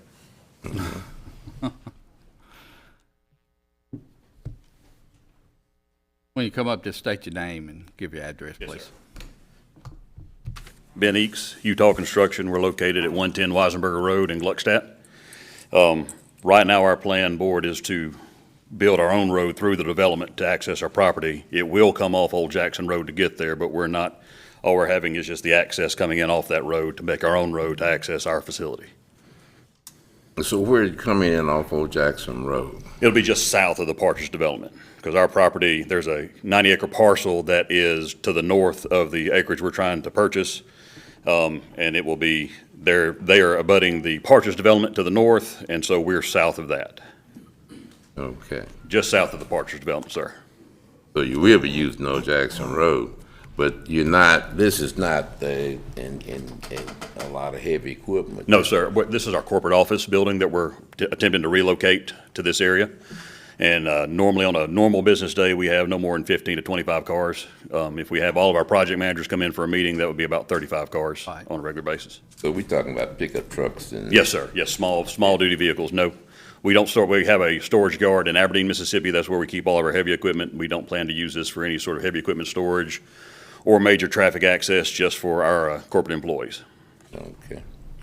Okay. All of that is documented in the planning and zoning minutes. Okay. I'll move to approve. Got a motion, Supervisor Banks. Do I have a second? Second, Supervisor Griffin. Discussion? All in favor, say aye. Aye. All opposed. Item 68. An appeal was filed on Chad Phillips. Want to set the appeal hearing date for June 3rd, 2024. Okay, do I have a motion to set the appeal hearing for June the 3rd? I'll make that motion. Do I have a second? Second. Second, Supervisor Banks. Discussion? All in favor, say aye. Aye. All opposed. Item 69. Next item, I want to acknowledge a letter from Lake Caroline, Inc. Okay, do I have a motion to acknowledge the letter from Lake Caroline? I'll make that motion. Do I have a second? Second. Got a second?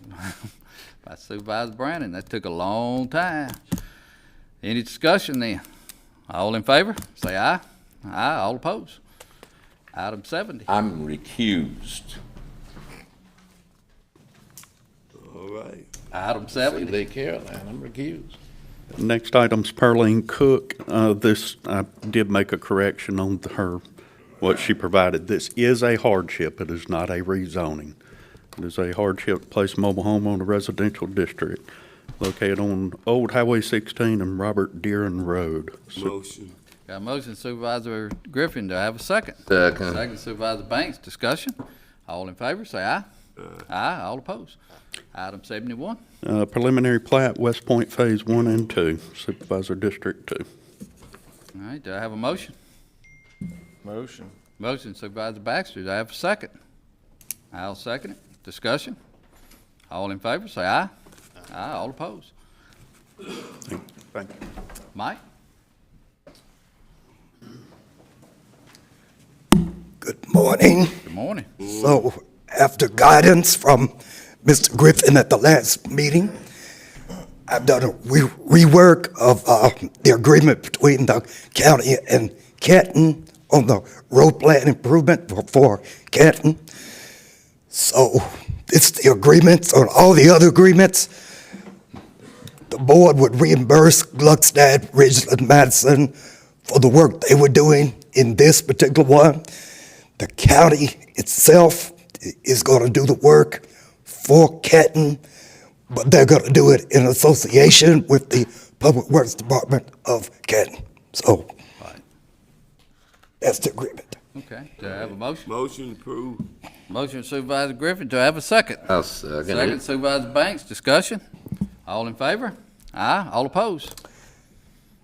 Thank you. 73 is a ARPA subcontract for $2 million. The city of Ridgeland for infrastructure work, sewer infrastructure work, $2 million from the ARPA monies, $2 million. Right, this is a water and sewer program that they were able to get a matching fund from the state, from my understanding. So I'm going to go ahead and make the motion for approval. Do I have a second? Second. Got a second, Supervisor Griffin. Discussion? So,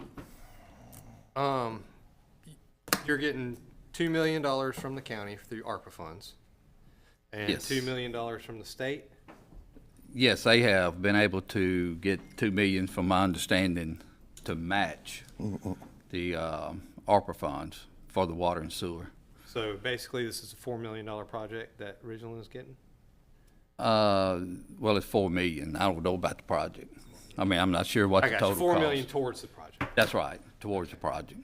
Where is this gonna be, who is this benefiting? I think the city of Ridgeland has about 5 different projects, and I'm not sure which one this is going towards. Okay.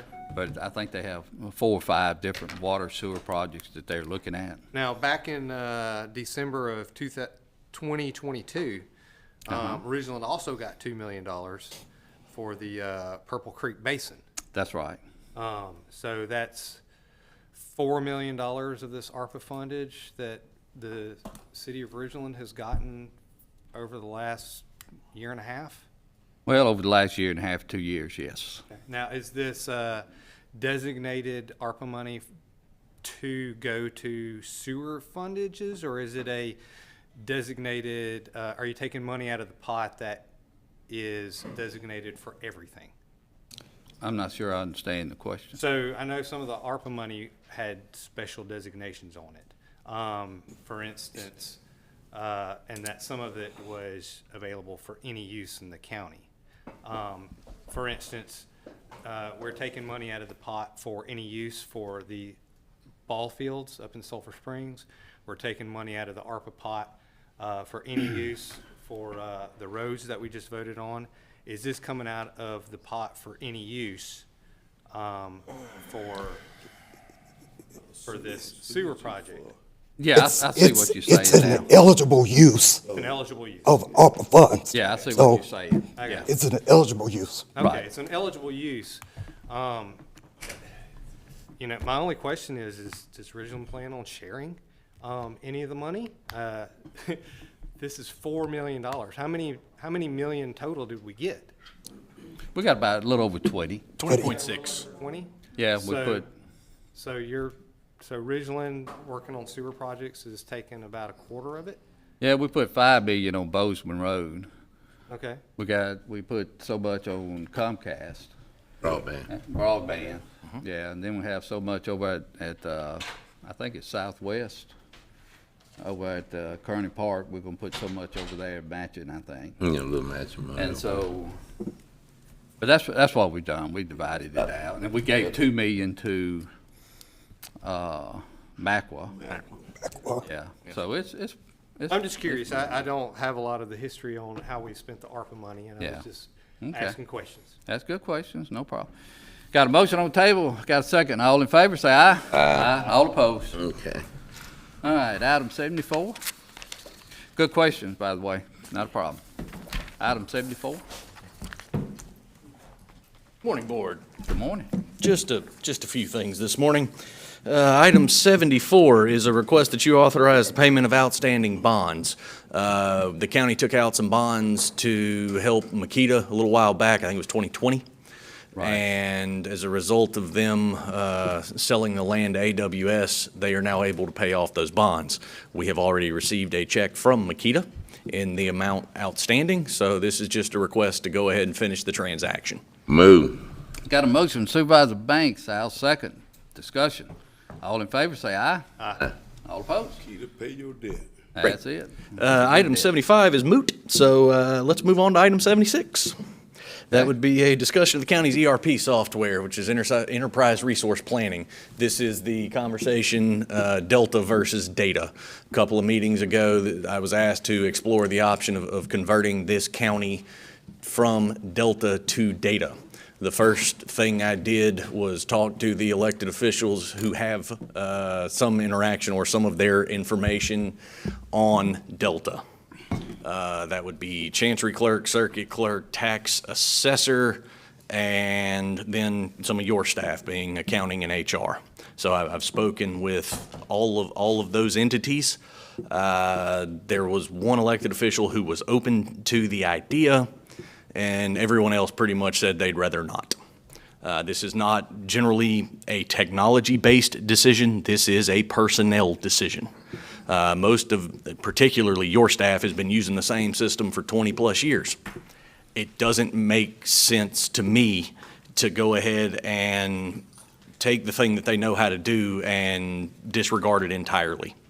It is, as I said, a personnel decision. What we have works. We know how it works. If we start changing things, we've got to retrain people. And we've got enough happening in this county that I'd rather not have to retrain HR and accounting. The circuit clerk and chancery clerk expressed similar concerns. So I take it to say that when data finally comes out with their new GUI, that they will not be upgrading to that. They're going to keep with the old system. The elected officials will get to make their own call. I do suspect that the board staff here will not.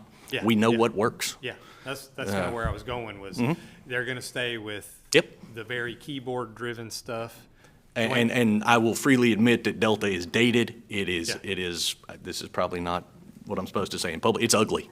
Yeah. It is green screen, function key-driven stuff from the 80s. Yeah.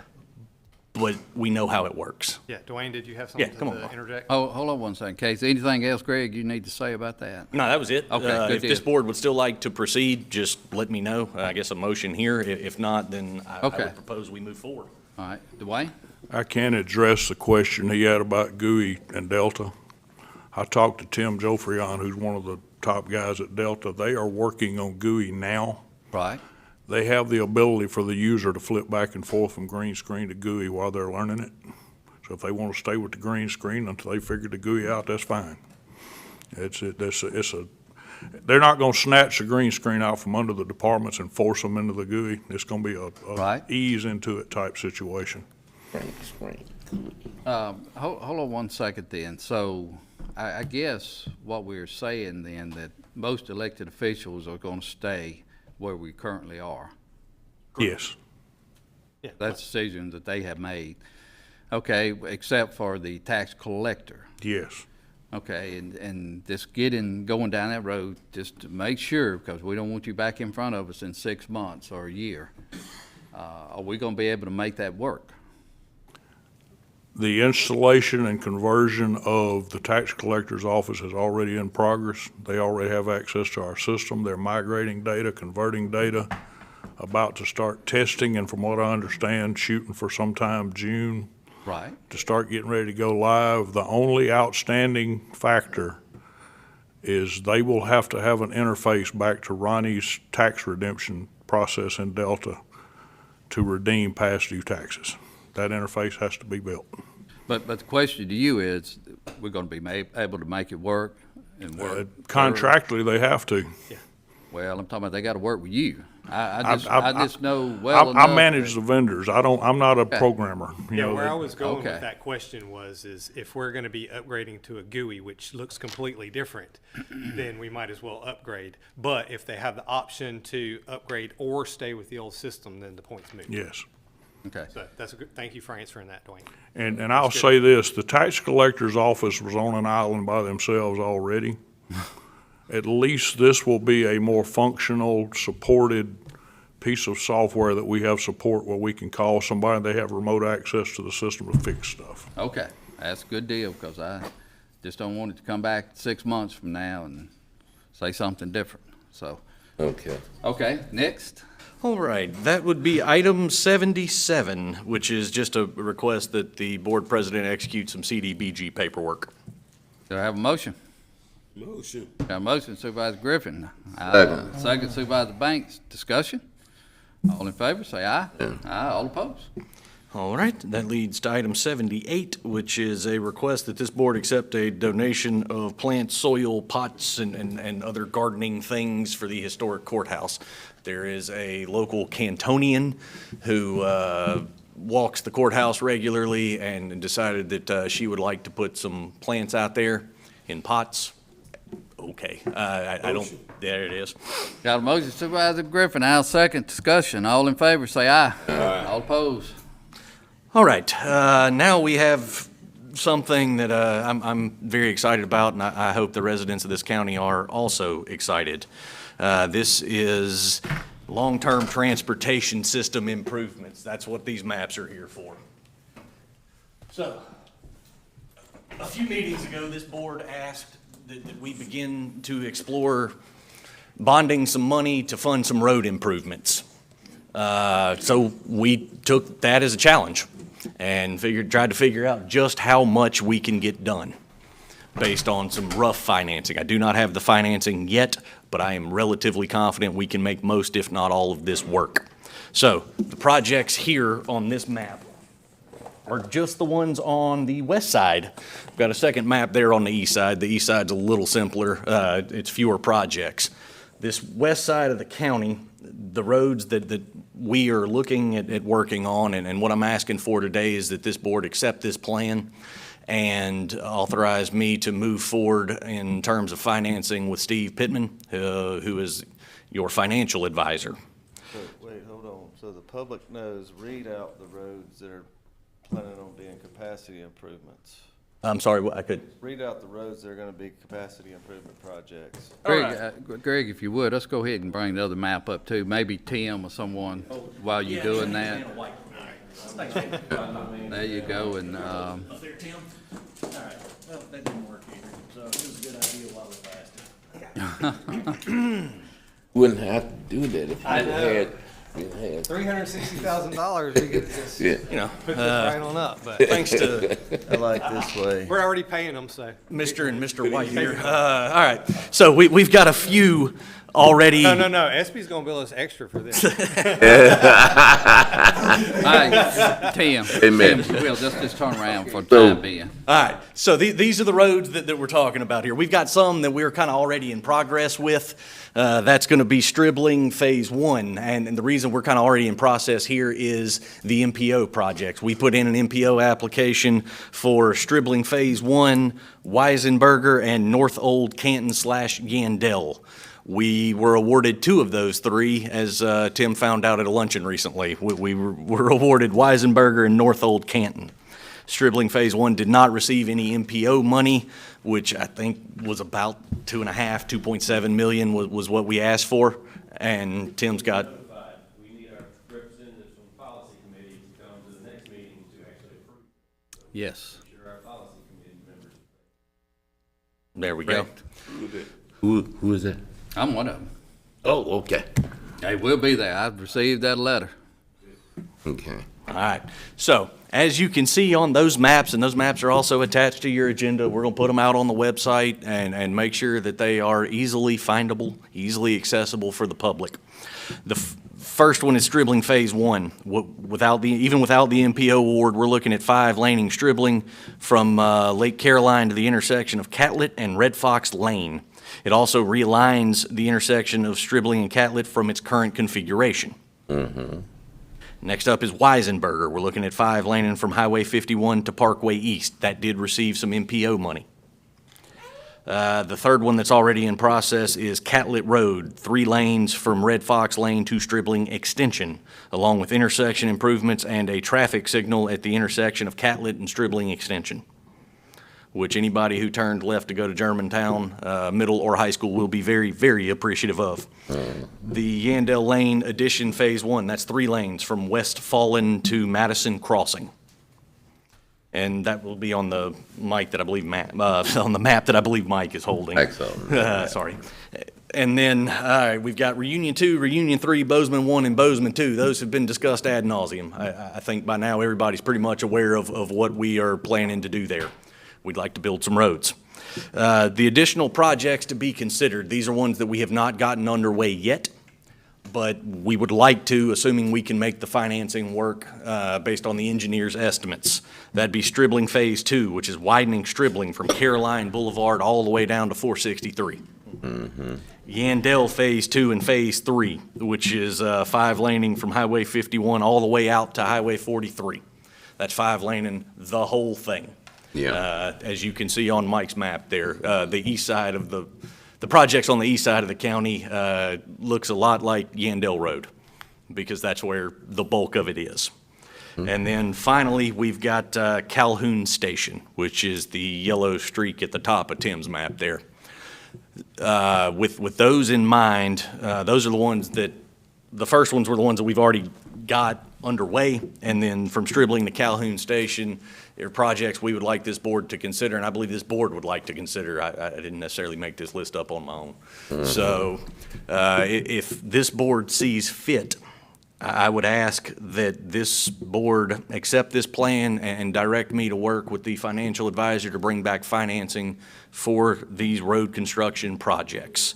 You heard Commissioner Simmons talk about capacity project and plans for Madison County. Well, gentlemen, I don't know of a clearer plan than putting it on a map and putting it out to the public. Mm-hmm. Greg, you also got to have West County Line Road as well. Yes, sir. Yes, sir. West County Line and Wheatley Street are on the maps as well. You got I did, but he didn't have that into the adoption motion. We just want to make sure we get it into the motion as well. Mm-hmm. So that was the main thing. Greg, this is, and board, I mean, this is something that we've all have agreed upon and we've been working towards, and something that's very important for the county to help move traffic from on the west side of the interstate to the east side.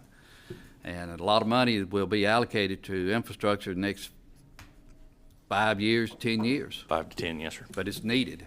And we're continuing to work with MDOT and our highway commissioners, we heard this morning, to widen Interstate 55 to where they can put the ramps on. And so it's a lot of excitement and a lot of orange barrels that you'll continue to see in Madison County with these projects. So very good.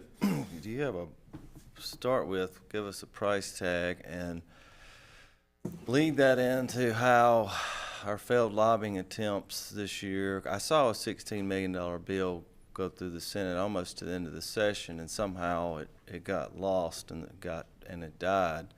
Our failed lobbying attempts will affect our overall cost and what we can do next year to help fill the gap.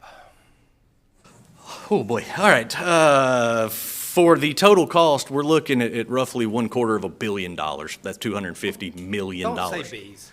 1/4. All right, fair enough. That's $250-ish million, give or take a few.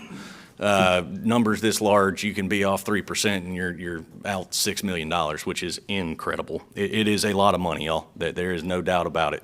These projects are not cheap. These projects are not something that's going to happen overnight. Y'all have seen with Reunion 2, Reunion 3, Bozeman 1, and Bozeman 2 that these things do take time.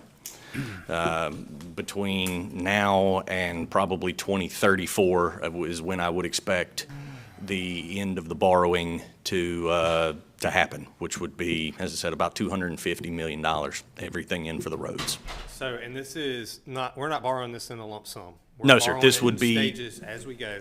Yes, sir. And how are we relying on AWS money to pay for this?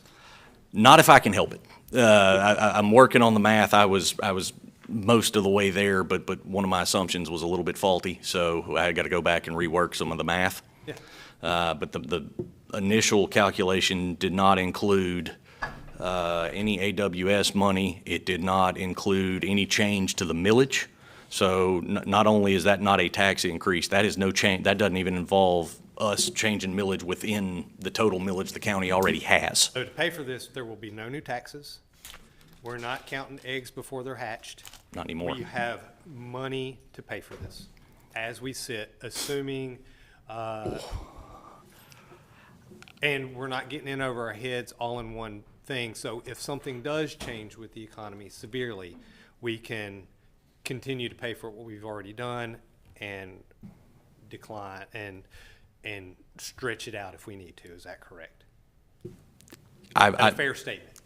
I cannot guarantee that we have enough money to do all of this right now. Well, no, that's what I'm saying. That's why we're stepping it out. But basically, we're saying we're not making taxes. We're not spending money we don't have in our hand yet as far as counting on AWS to bankroll this. We're paying this with our current levels of tax revenue.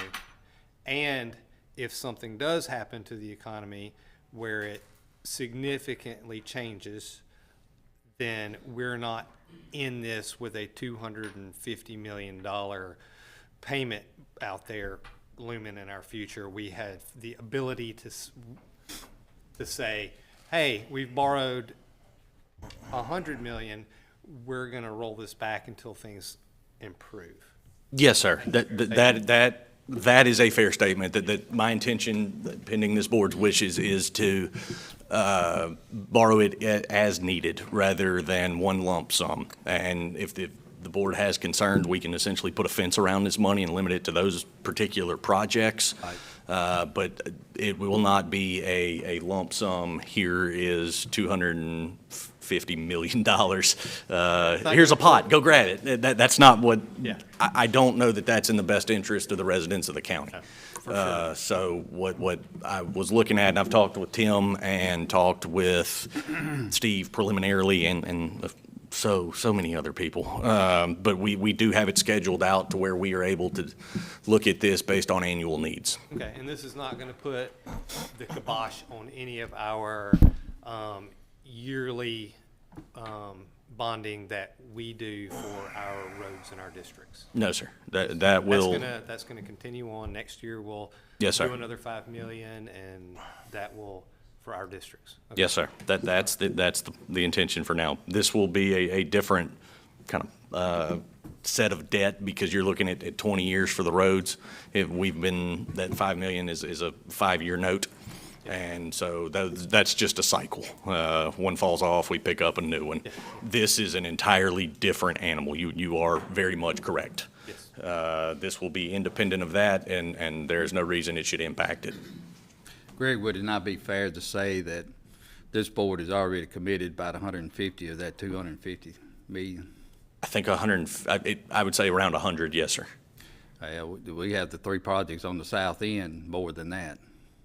Yes, sir. 93 was the last last estimate that I had on the big 3. Yes, sir. Those projects down there are about 130 million total, 125, 130. But we have committed a lot of that 250 already between now and hopefully next 3 to 4 years. They'll be finished a little bit along the way, you know.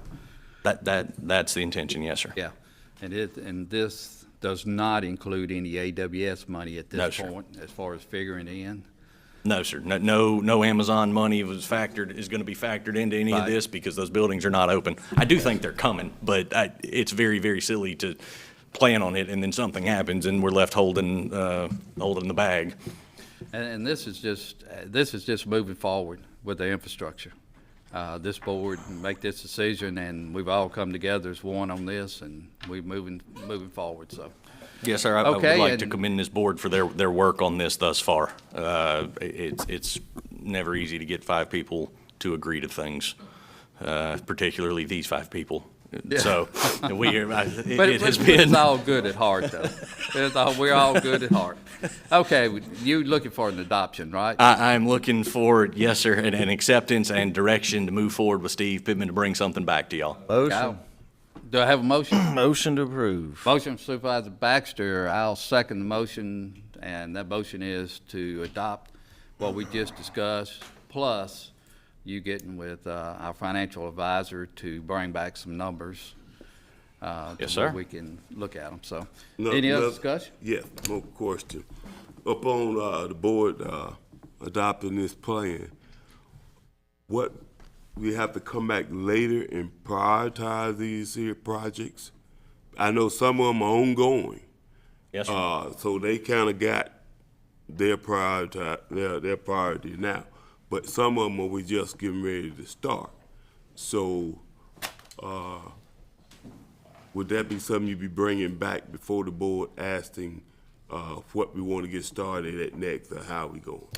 If there are cuts that have to be made because of the finances, then yes, I'll be bringing back something for. Greg, they need to be brought back anyway.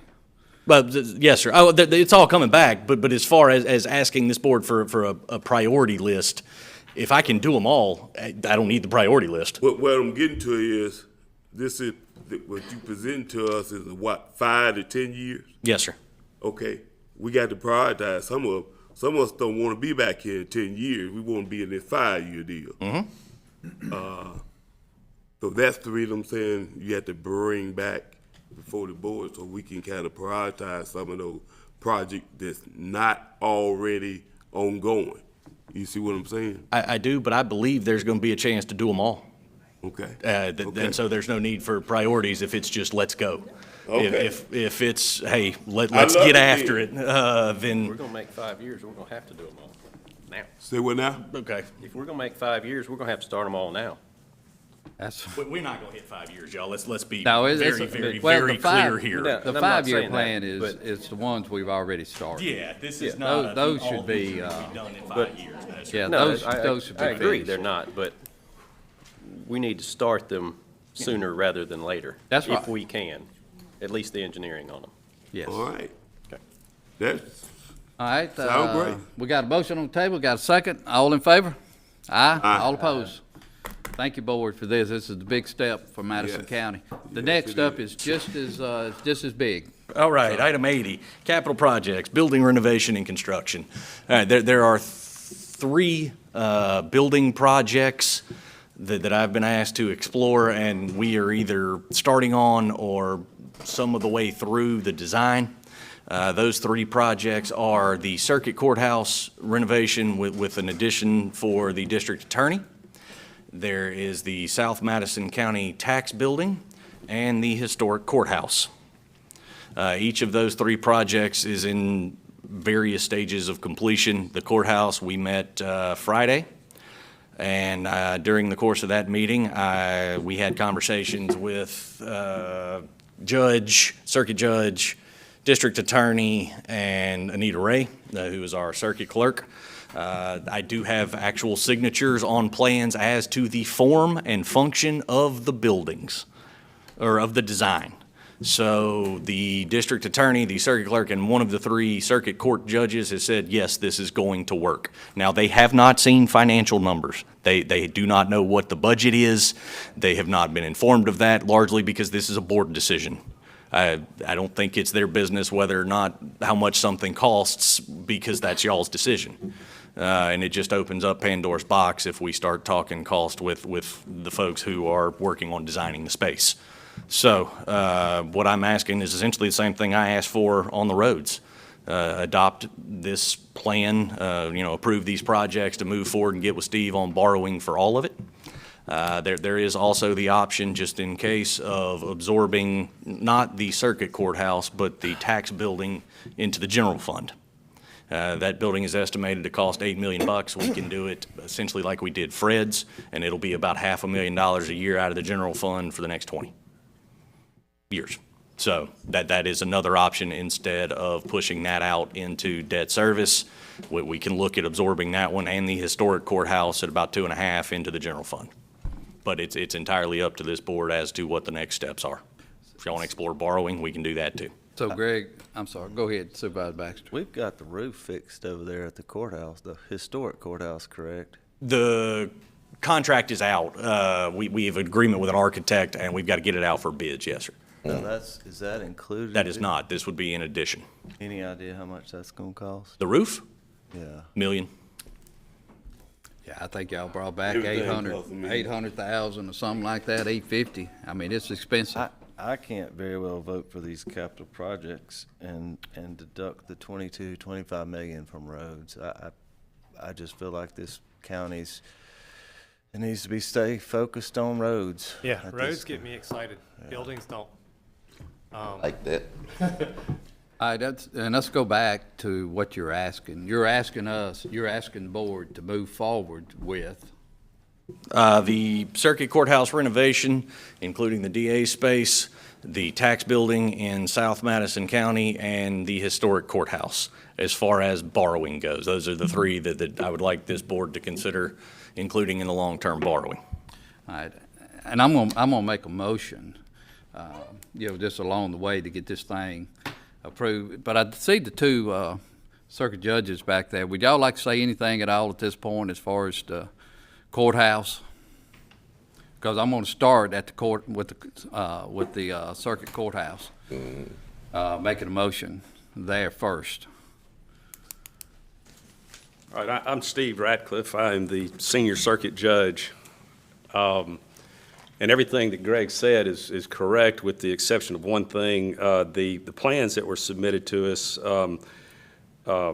there were some changes we wanted to make in the plans. I've met with the architect. The architect informed me, said, yeah, we can make those changes within what we've got. So as far as signing off on the plans, signing off on the construction of it, yes. On the actual footprint of it, we did have some changes on it. But according to Carl Franco, who I met with, he said that probably will not be a problem. So I just want to at least make the board aware of that. We have we've had problems with that courthouse ever since I've been here. I'm in my 14th year. I've been in front of this board maybe 4 times in 14 years, and I've told the board this. This is something that I wish we could have done 10 years ago. It would have probably been a lot less expensive than it's going to be now. But our county's grown from 65,000 to about 115,000 people since that courthouse has been built. So something needs to be done. Like Greg said, that's not our call. That's your call. That's the board's call. But if you would like a functional courthouse that people can be proud of and that we can do our business appropriately in, then it's up to you guys. So if y'all got any questions for me, please let me know. Okay.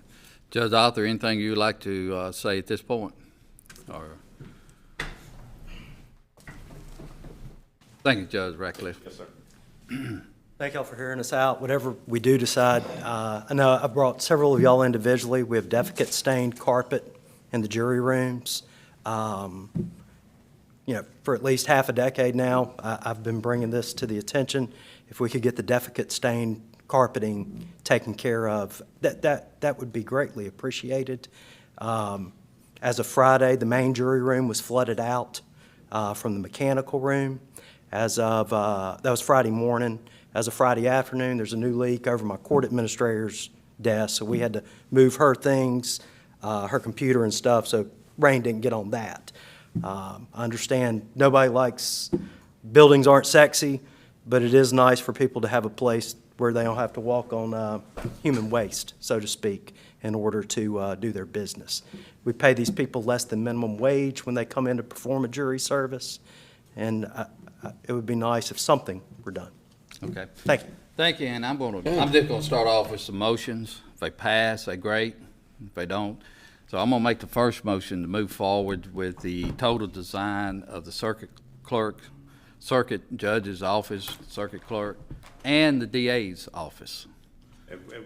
Ashley Allen is here with the district attorney's office, and certainly we don't speak for them, so if she needs to say something, please, Ms. Allen. Ashley, come on up then. I'm not going to speak on anything on the courthouse. That's the right. judges. This is just as to the $8,500 square foot proposed annex, I'm going to call it, attached to the courthouse. Right. The reason I have asked at least 4 times in writing for cost estimations is because my boss cannot, in good conscience, as an elected official, put his name in agreement with something, not knowing what it's going to cost, when there may be other cost alternatives out there. I can tell you that we agree with the amount of space that was designated. I know at the last board meeting, I watched them when I can't come, and there was some discussion about just sticking the DA's office in the Fred's building. I have some very serious concerns that that would not be enough space. That would be, I think, 2,000 less square feet than we're in currently. The proposed annex would be 2,000 square feet more than we're in currently, which would be great, but without knowing what that cost is going to be, I cannot in good conscience say the DA's office approves that annex when there could be other more cost-efficient alternatives. Okay, good deal. Thank you, Ashley. I'm going to start off with that motion to make a motion to move forward with the current design on the circuit courthouse plus the DA's office. And so that's going to be my motion. Do I have a second? I have a question. Do I have a second? All right, no seconds. Second it. You go second? So we can get Second for this question. discussion. Okay. Supervisor Brand? How much does the annex for the DA's office going to cost? Roughly $6 million. $6 million. And how much does the DA's office currently spend in rent? Believe that to be about $140,000 annually. $140,000, so 6 million divided by 140,000 is A long time. 42 months. So let's just say divided by 12. That's 3.5 years, right? That would sound like. Okay. It sounds to me that, so from what I understand is the DA's office was basically given a flooded hallway to live in. Then there were more problems. They were given an area. It flooded. They were put in the hallway. They were not given what they needed to be able to move into a nice clean space. So they picked, or an actual working space. So they picked up, left the county seat, went to Madison. They're renting in Madison somewhere. Right. So I totally get the judges not wanting to work in the same conditions. They don't want to work in substandard places. They don't want to work anywhere dirty. Is it really necessary for us to build space for the DA? We have space. Let me add on to your question. Yeah. If you don't mind. How much would it cost for us to fill in that area at Fred for the DA? Well, our current contractor over there is doing it at about 210 a square foot, but that was independent of a bid because of the way the transaction was structured. So I would assume it would be 300-ish a square foot, if not more. And there's about 5,000 square feet, which makes it $1.5 million. $1.5 million. But that doesn't. Versus Yeah. 6 million. But it may be upwards of 400 a square foot, just to give myself a little cover here. So it could be between 1.5, 2 million. Versus staying where they currently are. Where they have enough space, where the space is adequate. So that's really what these motions are about that I'm making is we got to decide on, do they stay where they are? Do we build them a new building, or do we put them in the Fred's building? I mean, that's the reason I'm making these motions is, this board's gonna make the decision and we move forward.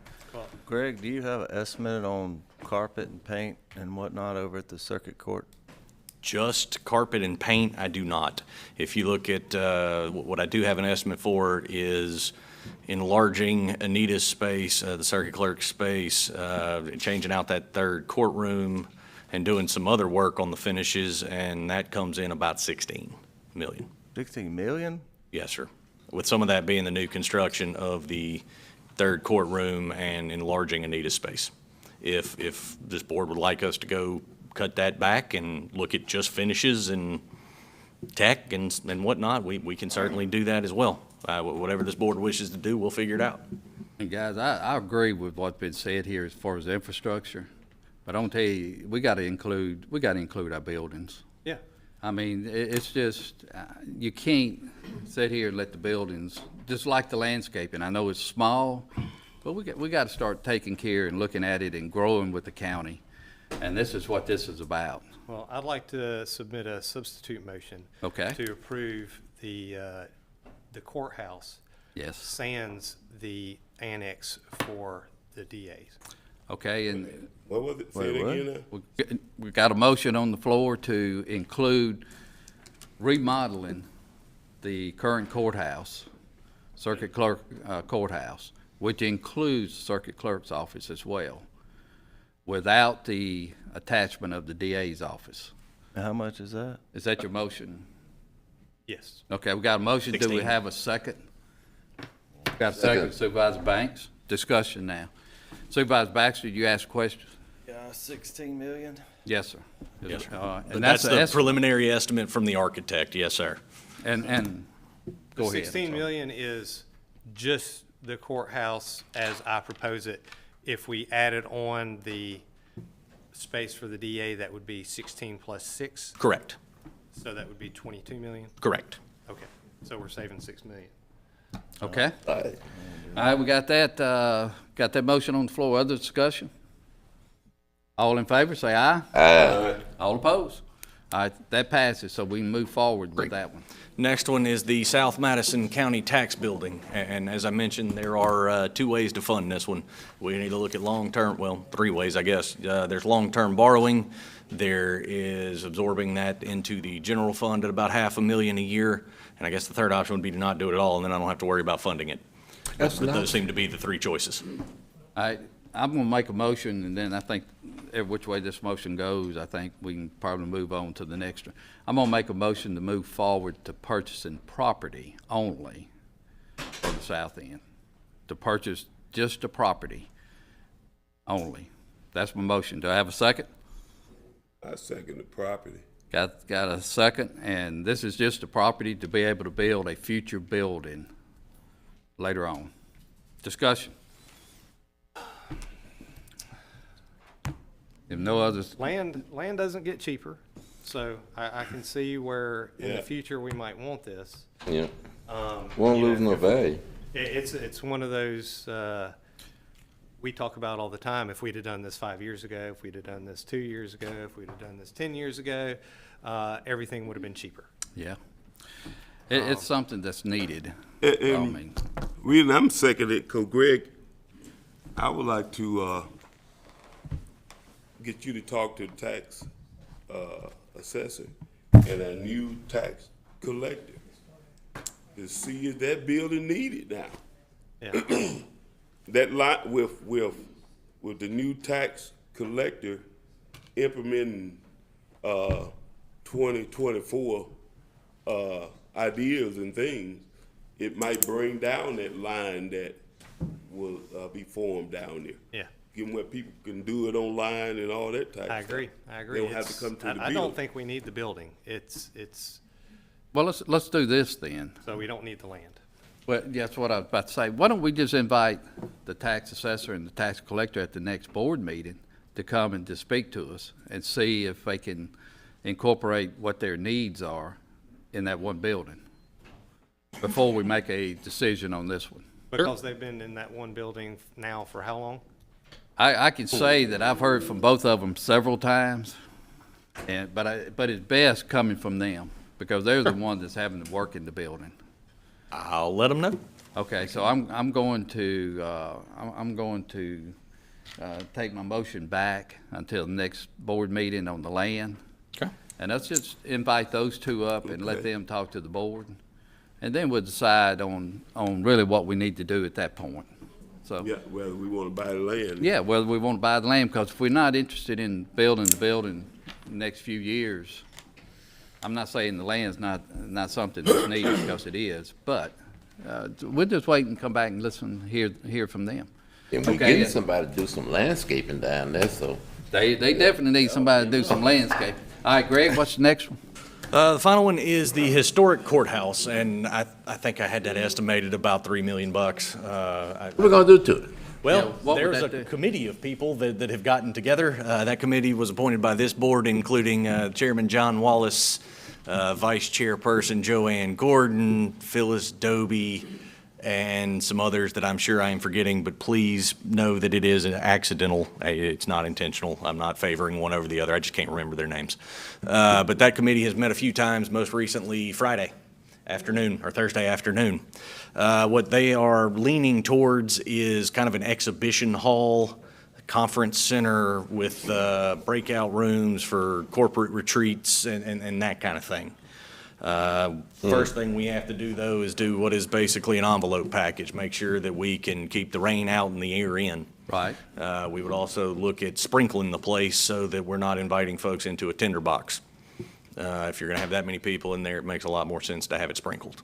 Wow. So that's the first step in this, and they have. That's very expensive, too. It very much is. The roof alone is about $1 million. They have gotten with an architect who is a friend kind of a thing, a guy by the name of Bud Holloman, who specializes in exhibits. So that committee is actively working towards bringing a presentation to this board about what they think it could be. But the general idea is exhibition hall, meeting space. Okay. And I think I had it in there at $3.5 million. Then that's another one. We can look at long-term borrowing, or we can look at doing it in pieces in the general fund. Yeah. You know, again, I'm definitely in favor of repairing and fixing it up, but, you know, $3 million, I'm not sure what we're getting for $3 million. So I think we probably need to listen to the board members and let them come up and explain. Sure. Of course, I understand $1 million for the roof, which we have to move forward with that. So you're talking about 1.5 here. So the $1 million is included in the 3? No, sir. That 3 was an estimate on the additional, just to convert the offices that are in there into something akin to a conference space. But the board can come at probably either the next meeting or the following meeting and make that presentation themselves, and we can just push the buildings to the side for now. That's if that's what y'all wish to do. Let them come maybe next board meeting or the prior board meeting, after that, and just come and give us a little clearer update on what that $3 million will get the county. Absolutely. Okay, so the next board meeting, we're gonna have the tax assessor and collector to come.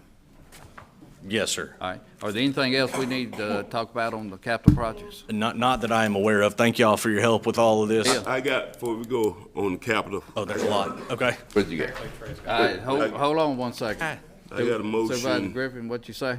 Motion, for us to go forward and renovating the old Fred's to put the DA in.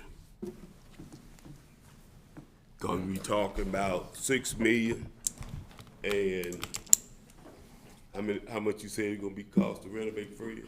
Between $1.5 million and $2 million, most likely. $6 million and $1 million.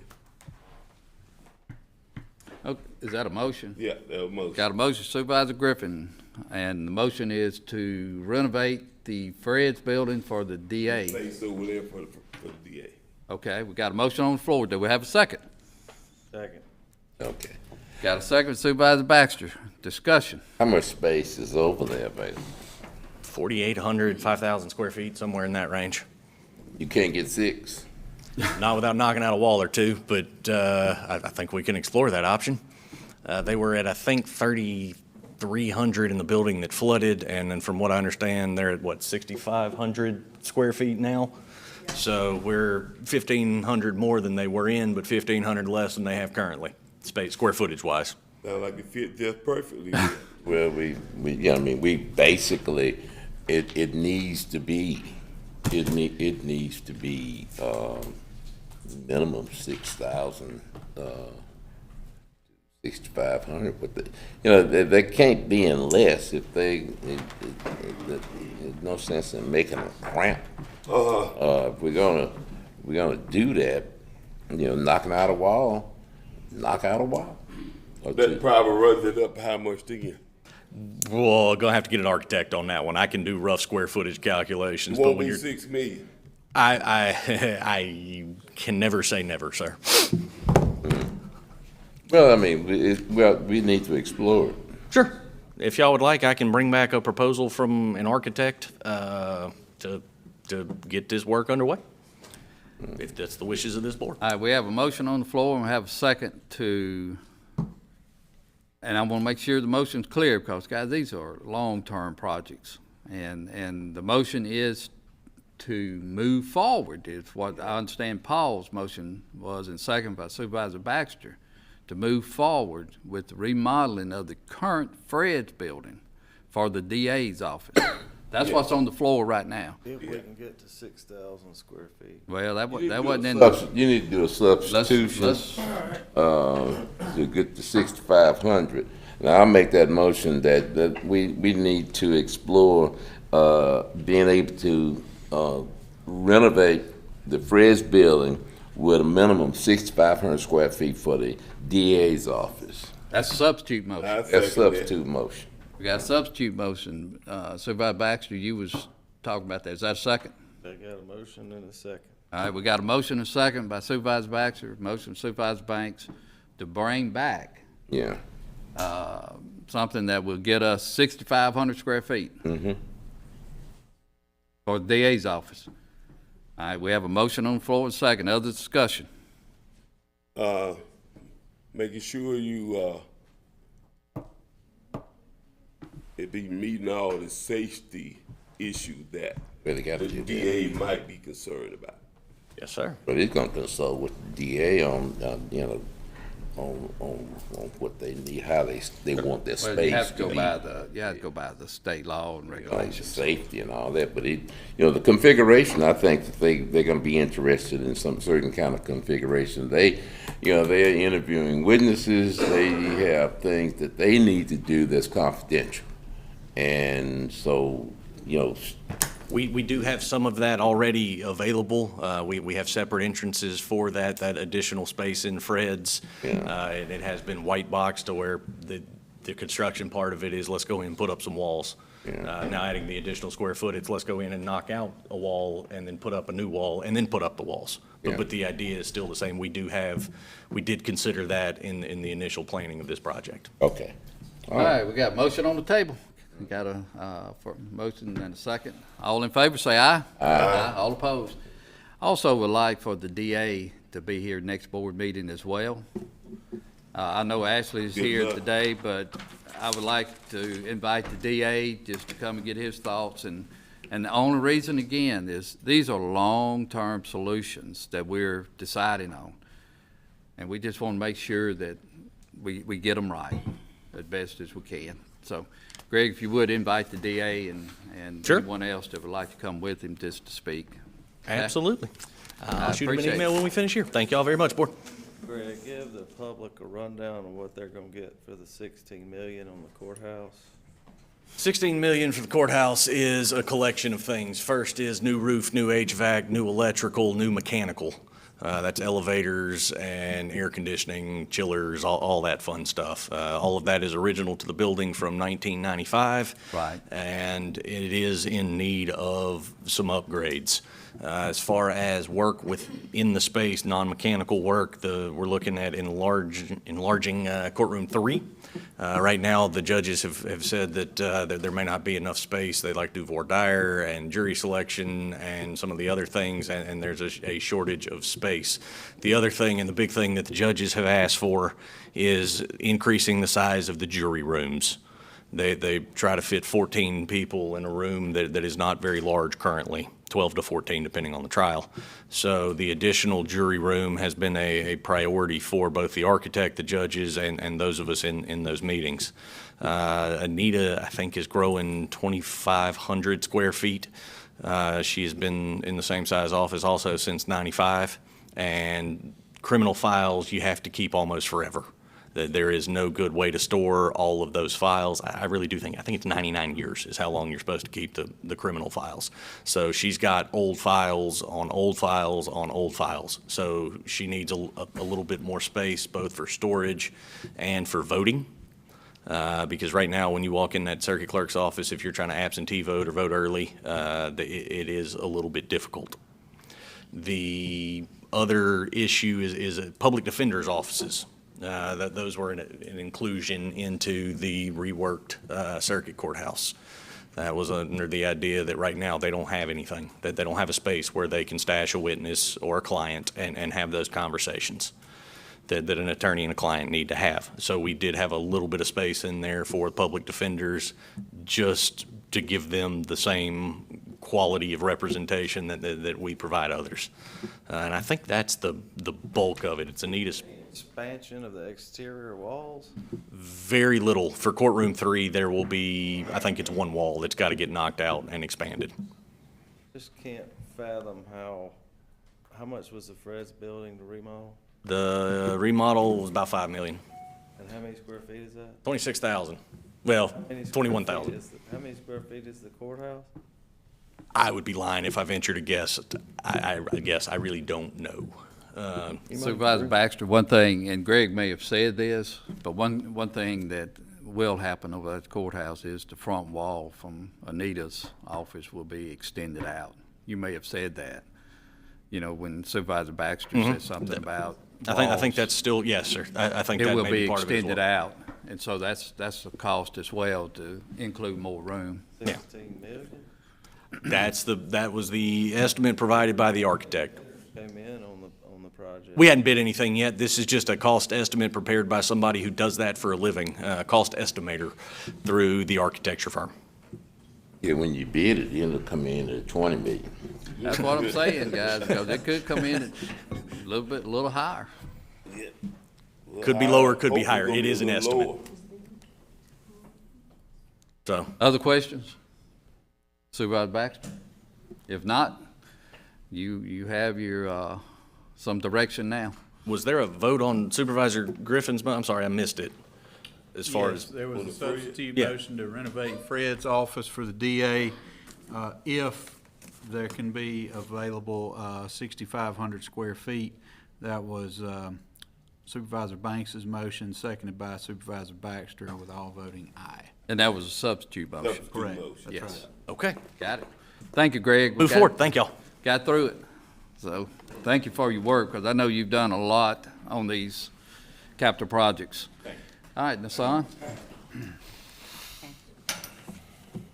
Good morning. Good morning. I have before you item number 81, which is the approval of the budget amendments and the interfund cash transfer. I make a motion to make that motion for approval. Do I have a second? Second, Supervisor Griffin. Discussion? All in favor? Aye. All opposed? The next 3 items, 82 through 84, is 1 general claims docket and 2 payroll dockets. Move. Got a motion, Supervisor Banks. Second, Supervisor Griffin. Discussion? All in favor, say aye. Aye. All. Supervisor Banks, you mind taking item 85? Not at all. Okay. Not at all. Not at all. Let's pay for the gas. Yes, sir. Okay. Item number 85 is to pay for the gas, the fleet court claim docket. Second motion, paying for the gas. Was there first? You made the first. Yeah, I make the first. I got a second He a from little too over slow. here. He kind of slow, but we got it. All in favor? Aye. All right. Got it. Pay for the gas. All right. I don't feel like paying for the gas since I don't use it. All right, Mr. Clark, in the place of Mr. Lott today. Yes, sir. We got a knock protocol. And filling in for Mr. Light, but this one probably would have been taken by me anyway. This is a necessary to enter and order nunc pro tunc as to some previous minutes. Mr. Richard Skinner brought this to my attention, and I do believe that he's correct. Back on June the 5th of 2023, this was in regards to the rezoning on the Minnie J. Bozeman property. I actually got up and introduced kind of a status of where the matter was. There had already been a public hearing at a previous meeting. I think you guys had instructed the parties to get together and try to come to a resolution. They did not. But when I took the podium that morning, I did make that introduction, and I gave to you a list of proposed restrictions that the Minnie J. Bozeman Family Limited Partnership would agree to. I read those out, and then at the very end, I advised that there was a very small portion of that parcel that they wish to remain as special use 1, that I believe the Holy Trinity, church or the one of the schools was wanting to use that. Anyway, I'm getting a little mouthy. But when that came out, I did hand that to Mr. Lott, and when Supervisor Banks made his motion to approve the petition to rezone to C2 with the restrictions, he actually stated that he was voting on the restrictions that I listed out, but somehow after the meeting, a different set of restrictions was attached to your minutes that are incorrect. I will say that the attachment that is currently on the minutes that is incorrect was part of documentation that was added to the minutes, but was not part of Supervisor Banks's motion and the subsequent approval. So in order to correct those issues, I think it would be proper that there would be an order entered nunc pro tunc as to the minutes of June the 5th, 2023. Now, it is under I'm under the impression that the only change is that the word draft was on the front page versus not draft. That No, is not sir. true. Now, I'm also under the impression that this board is under litigation based on, in this very topic. You're an attorney, Mike, you're our attorney. I was not on the board at the time of this, so, but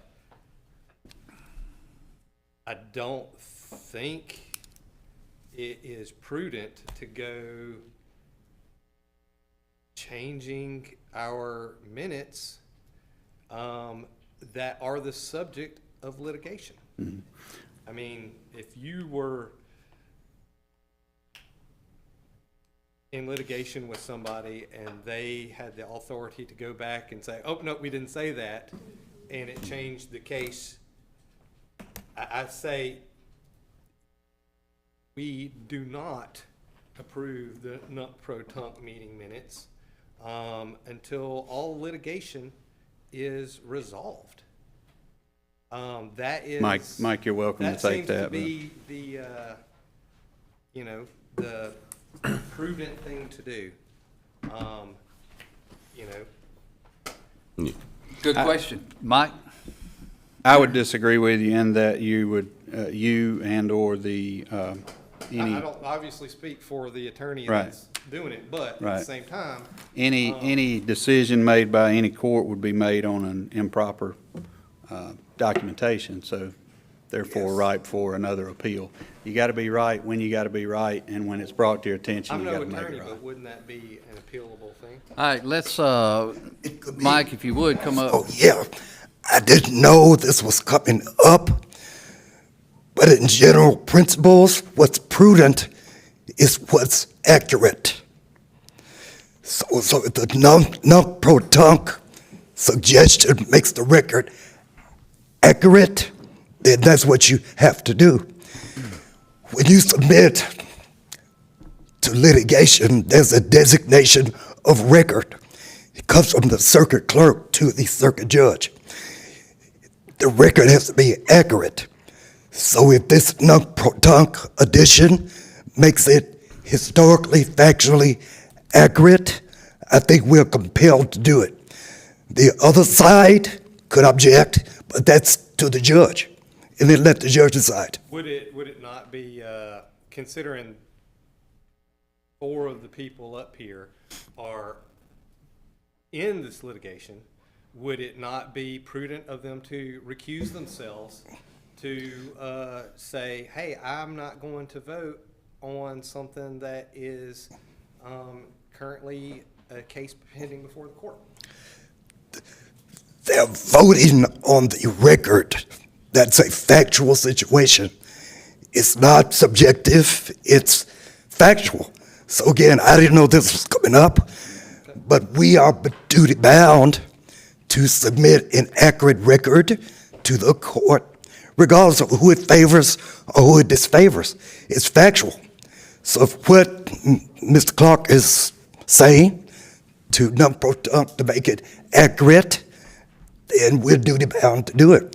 If the other side wants to object to any of it, they can do it to the court. And that's the general principle. What is the actual change? I'm trying to Yes, sir. find what is different. Right. What I read from that morning and handed out to each of you and to Chancery Clerk is a letter from me dated June the 5th. Good. And you can go back, I've actually got it's from about the 38-minute, 45-second mark of the meeting until about 1 hour and 5-second mark is where this all takes place. But I handed this out to you guys, basically read it to you, and then subsequently your Supervisor Banks, your motion was to approve that rezoning petition subject to the restrictions that I had read in this document right here.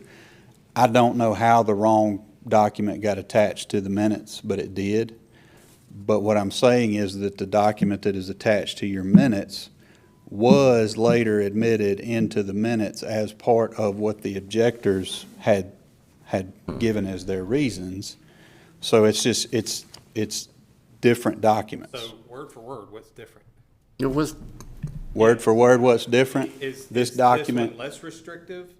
Is this one more restrictive? What's attached are proposed covenants that I think one of the homeowners associations had submitted to you all, and which were attached to the minutes later.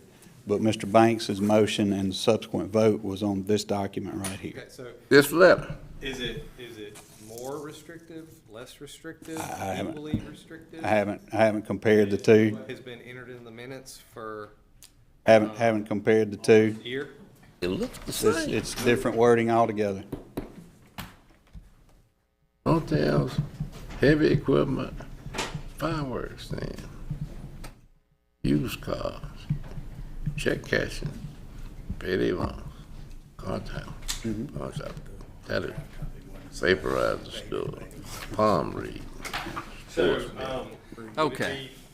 I don't see the difference. I don't understand. The difference is, and I can show you right here.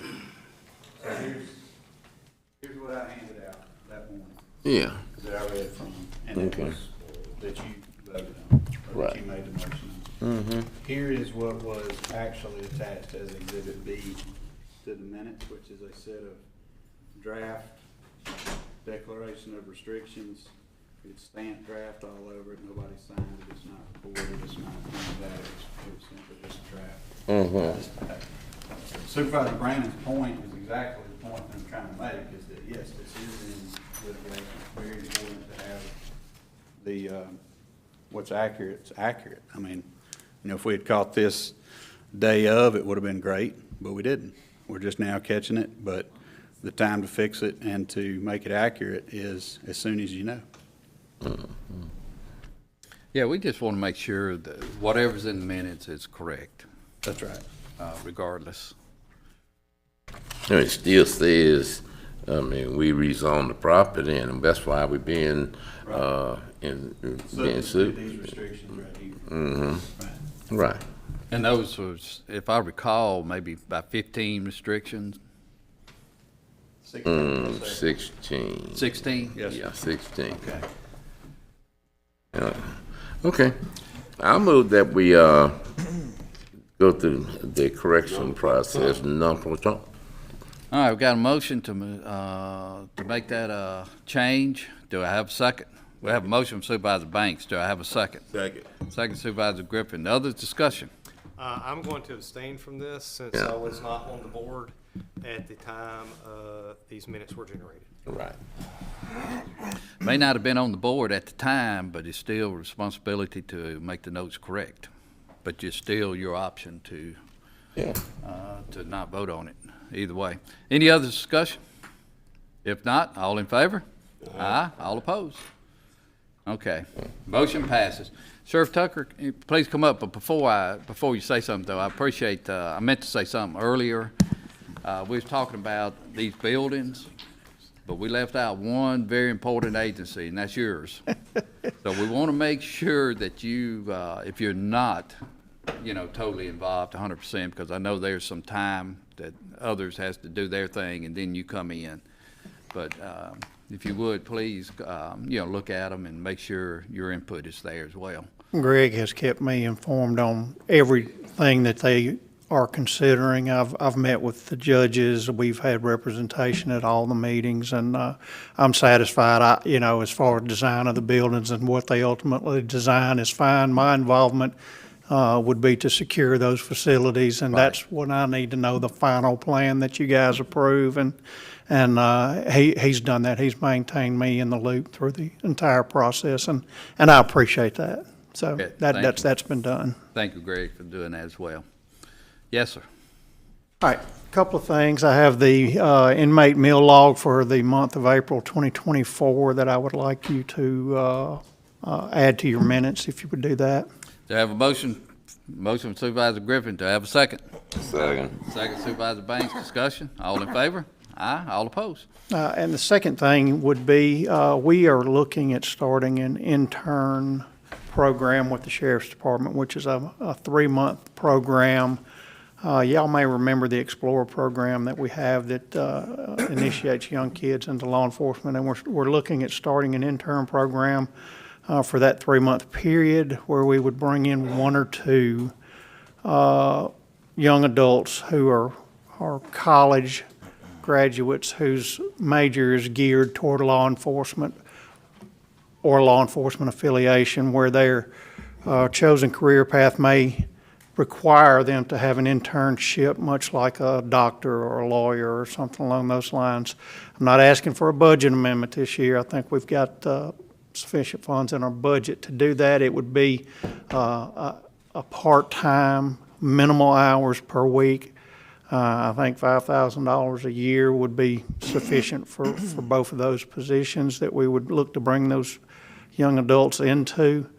I think it's going to benefit them in the long run. It's going to benefit us. We're getting a service from their internship. They're getting a minimal amount of money plus their internship for their chosen career path or occupation that they're involved in. Just wanted to keep you guys aware of that and ask your blessing and approval of that. Thank you for the update. You need a motion for approval. I would like you to, if you don't mind. Got a motion, Supervisor Griffin. Do I have a second? I'll second it. Discussion? All in favor, say aye. Aye. All opposed? Thank you. Thank you, Sheriff. I think I was the one that made that motion there. Oh, you make the motion? Yeah, I made the motion. We want to make sure we get it right. Supervisor Banks made the motion. Supervisor Griffin seconded. See, Andy got it. Ronnie would have missed that. Yeah, Ronnie would have missed it. All right, we're moving right along. Old business? None. New business? None. All right, we have executive session, I know, so do we have a motion to go into closed termination? I'll make that motion. Motion from Supervisor Banks, I'll second it. Discussion, all in favor, say aye. Aye. All opposed? And while we're doing this, I think we go into executive session. I've got a 5-minute update of litigation. And I think Sheriff, I'm sorry, I think the Sheriff has something as well. So, Throw economic development in there too, because I do have an economic development issue. All right. we have more in the executive session than we thought. So, got a motion, Supervisor Banks, I'll second it. To go, and we already made that motion, go into executive session. All in favor, say aye. All opposed? Andy, you got? Thank you, sir. Do I have a motion to adjourn May the 20th at 11 a.m.? Move to adjourn. Motion Supervisor Banks, Second. second Supervisor Banks. Discussion. All in favor? Aye. All opposed? Thank you. Okay. I gotta get me a little extra sleep on the 20th.